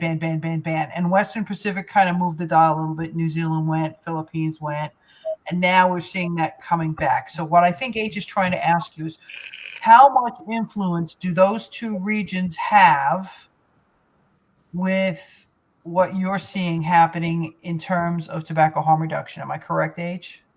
Pretty much, yeah, pretty much. I mean, if we can identify what influence they have, then maybe we can come up with a more effective strategy to negate what they're saying, is what I'm trying to drive at here. The whole WHO system which regionalized into 6 regions in the 1960s, deeply entrenched in opposition to tobacco harm reduction. In the 1990s, they were opposed to needle syringe programs, and I was spending months of each year running around low and middle income countries advocating for needle syringe programs, and WHO was missing in action. So we had a conference in Geneva in 1997, I think, deliberately in Geneva for this reason. And WHO sent a memo to its staff that they couldn't attend our conference. So I was the president of the organization at the time, and I called our executive together and I said, we should write a letter, and we should ask WHO to receive a delegation of us to discuss this. They agreed.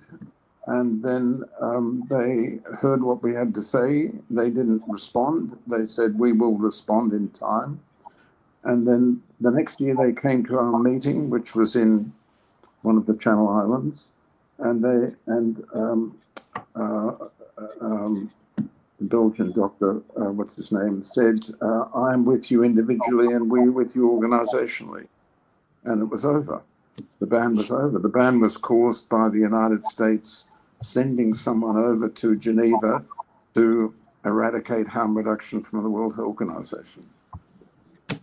So, but this ban is, this entrenched view in WHO is much more entrenched and has been going for 10 or 15 years. So I think my view is WHO is irrelevant. They're never going to change until the world has changed. Then they'll change. I'm sorry to be so negative. Do you think that the change can come from the individual governments and the delegations themselves? No, Okay. because in theory, yes. And when the collapse happens, like the collapse happened in Eastern Europe and the Soviet Union, that's my kind of model for the collapse that I see coming in this area. When the collapse happens, it'll be manifest at the World Health Assembly, which is held every May, and nations are the members. Nations are the members of WHO, not individual people, and the nations will start changing, like the Netherlands changed on marriage equality. It's a very deeply entrenched system. They're stuck on it, and they're stuck on it for good reason, because their reputation, their legacy is all at stake, and they know it. I don't know what Martin feels, but I think a lot of them must have an inkling that they're on the wrong side on this. Yeah, and I agree with you. Martin, you're muted, hon. You're muted. Unmute. Yeah. Thank you. Yeah, I think you're right. If you got them in a room away from cameras and everything, they probably admit that they're just sticking to dogma and ideology. I think WPRO, I think firstly I'd like to thank them for being caught lying on Twitter so much. I think they've got more community notes than any other World Health Organization region, so that's good of them. But what I'd say about WPRO and Zero is that they are causing harm.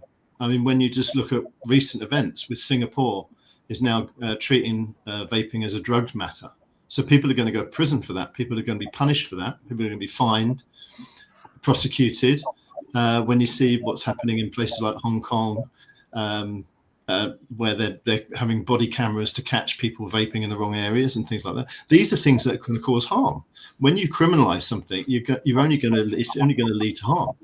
And all those places, as we mentioned, you know, they allow smoking, they allow cigarettes to be sold legally, but they're trying to stop the less harmful product. So that can only have a net effect of causing harm, and that's what they're doing. And again, if you sort of got them to admit what they're doing is wrong somewhere, or if you got them to sort of speak honestly, I think they would know that deep down that they're instigating policies that are never going to work. They're only going to cause harm. And as Dr. Rohan said, nicotine's been around for 12,000 years. You're not going to stop it. So even though they're trying to save their careers by saying, oh, we're not going to be going for smoke-free anymore, we're going to go nicotine-free, well, that's just, I think, a gambit for them to mean that they carry on having jobs for the rest of the time, because they're never going to eradicate nicotine use. And all they're going to do is cause harm by doing it. I was invited to speak at a psychiatric association meeting in Hong Kong about 18 months ago. They didn't give me a topic, and I told them I was going to speak about tobacco harm reduction. And they contacted me a few times to tell me that advocacy for tobacco harm reduction was banned and punishable in Hong Kong. Mhm. So I went to the meeting and I advocated for tobacco harm reduction. Get this, Shenzhen is 95% of the 90% of the vapes in the world are made in China, and 90% of the vapes that are made in China are made in Shenzhen. And Shenzhen is 30 kilometers away from Hong Kong. And if you go by the fast train, it takes 14 minutes from Hong Kong to Shenzhen. And I mean, how absurd it can't get more absurd than that, or can it? Yes, It's it just- can. But yes, it can. Talking about Hong Kong, yes, it can. Apart from doubling down and having a double ban, your point about Shenzhen, all of those products are then put onto ships, which are then moored in Hong Kong harbour. Okay, Yeah, and they true. had to make a special rule to exempt them from being in Hong Kong with vapes for sale. It is ridiculous. And also, to your point, also in Hong Kong, we hosted a conference in Hong Kong. I think it was 2015-16. We had the media was coming. We had university health experts. We had medical experts coming. Blah blah blah blah. But then Sophie Chan, who runs the very appropriately named KOSH in Hong Kong, which is the smoking, tobacco control arm of the health department, sent out a letter to everybody saying, if you attend this conference, like you're out, you're done. You will never. You finish. Do not attend. A few brave souls did, but that's what we're up. It's the same banana.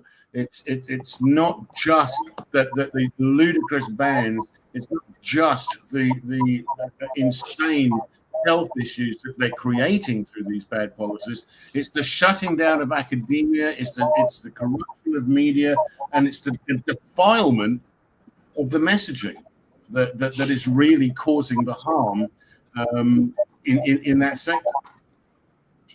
Sorry, rant.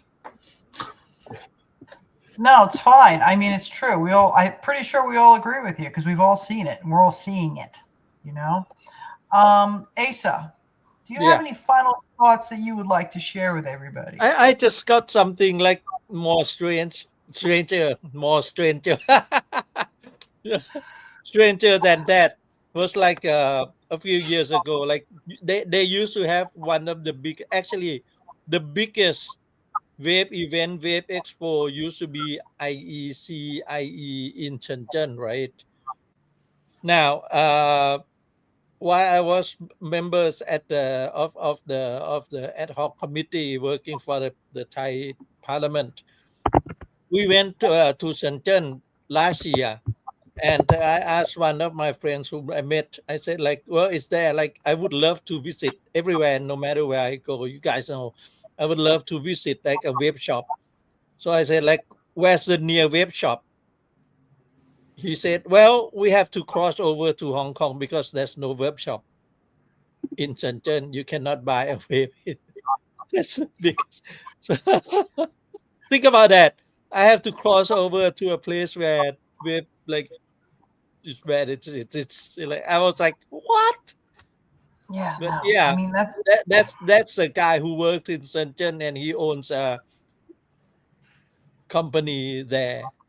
He's a local business owner there in Shenzhen, and he said, "Yeah, we can go like a crossover, like you said, just a little bit." I said, like, "Nah, I'm good," but you know, you have to cross over to Hong Kong, and he'll where it's take banned. me to a vape shop.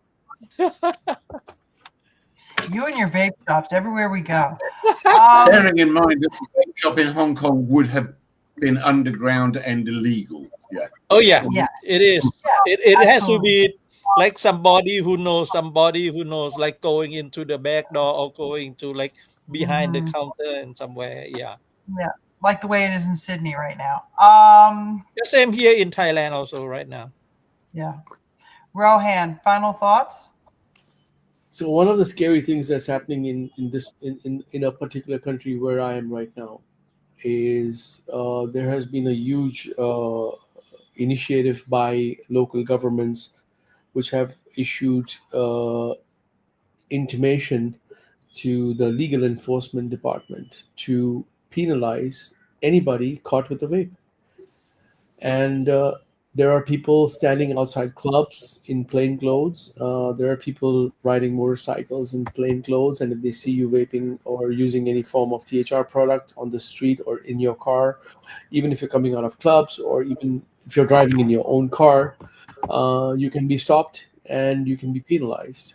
I myself nearly got stuck once in that situation. Fortunately, I had my stethoscope around my neck and I claimed I was using a nebulizer, so I got away with it. But people are getting more and more innovative in the way they want to find out how to stop the THR products from being used on the streets now, and that's a really disturbing thought because if you just Google in countries where all these products are banned, just a Google search right now and just type in a vape shop near me, you'll find nearly about 600 links. Like I said earlier, same day delivery. Yep. It doesn't Even make in sense. Singapore. Yeah, it doesn't make sense. Uh, you can't carry them with you in the aircraft because they'll be confiscated as soon as you go through security screening. And it's I wonder what they do with them. I would love to get my hands on that box, but yeah.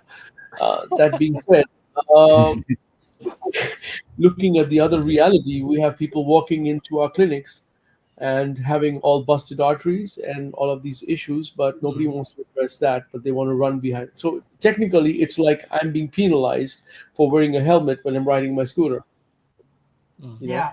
and they want to arrest me because I wore a helmet because I want to keep my head safe. But yeah, that's illegal. We would rather you bust your head than save your head and not wear a helmet. Yeah, wear a helmet. So it's as ridiculous as that.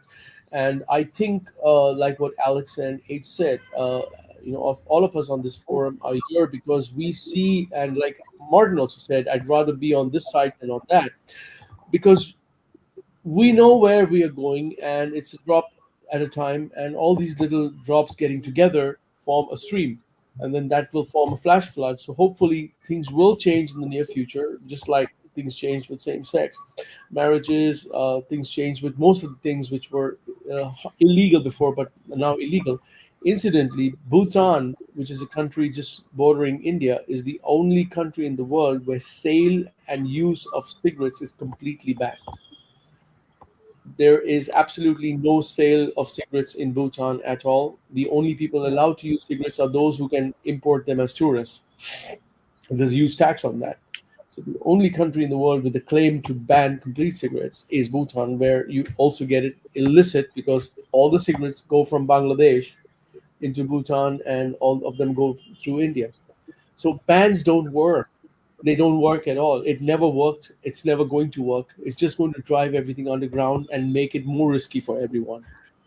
Yeah, it's a hypocrisy issue because they say they're worried about the kids. Well, the kids aren't getting them from a regulated store. They're getting them in illicit markets. So now you're creating a problem to actually perpetuate the problem so that you're maintaining your relevance, which is kind of like what I think H was saying.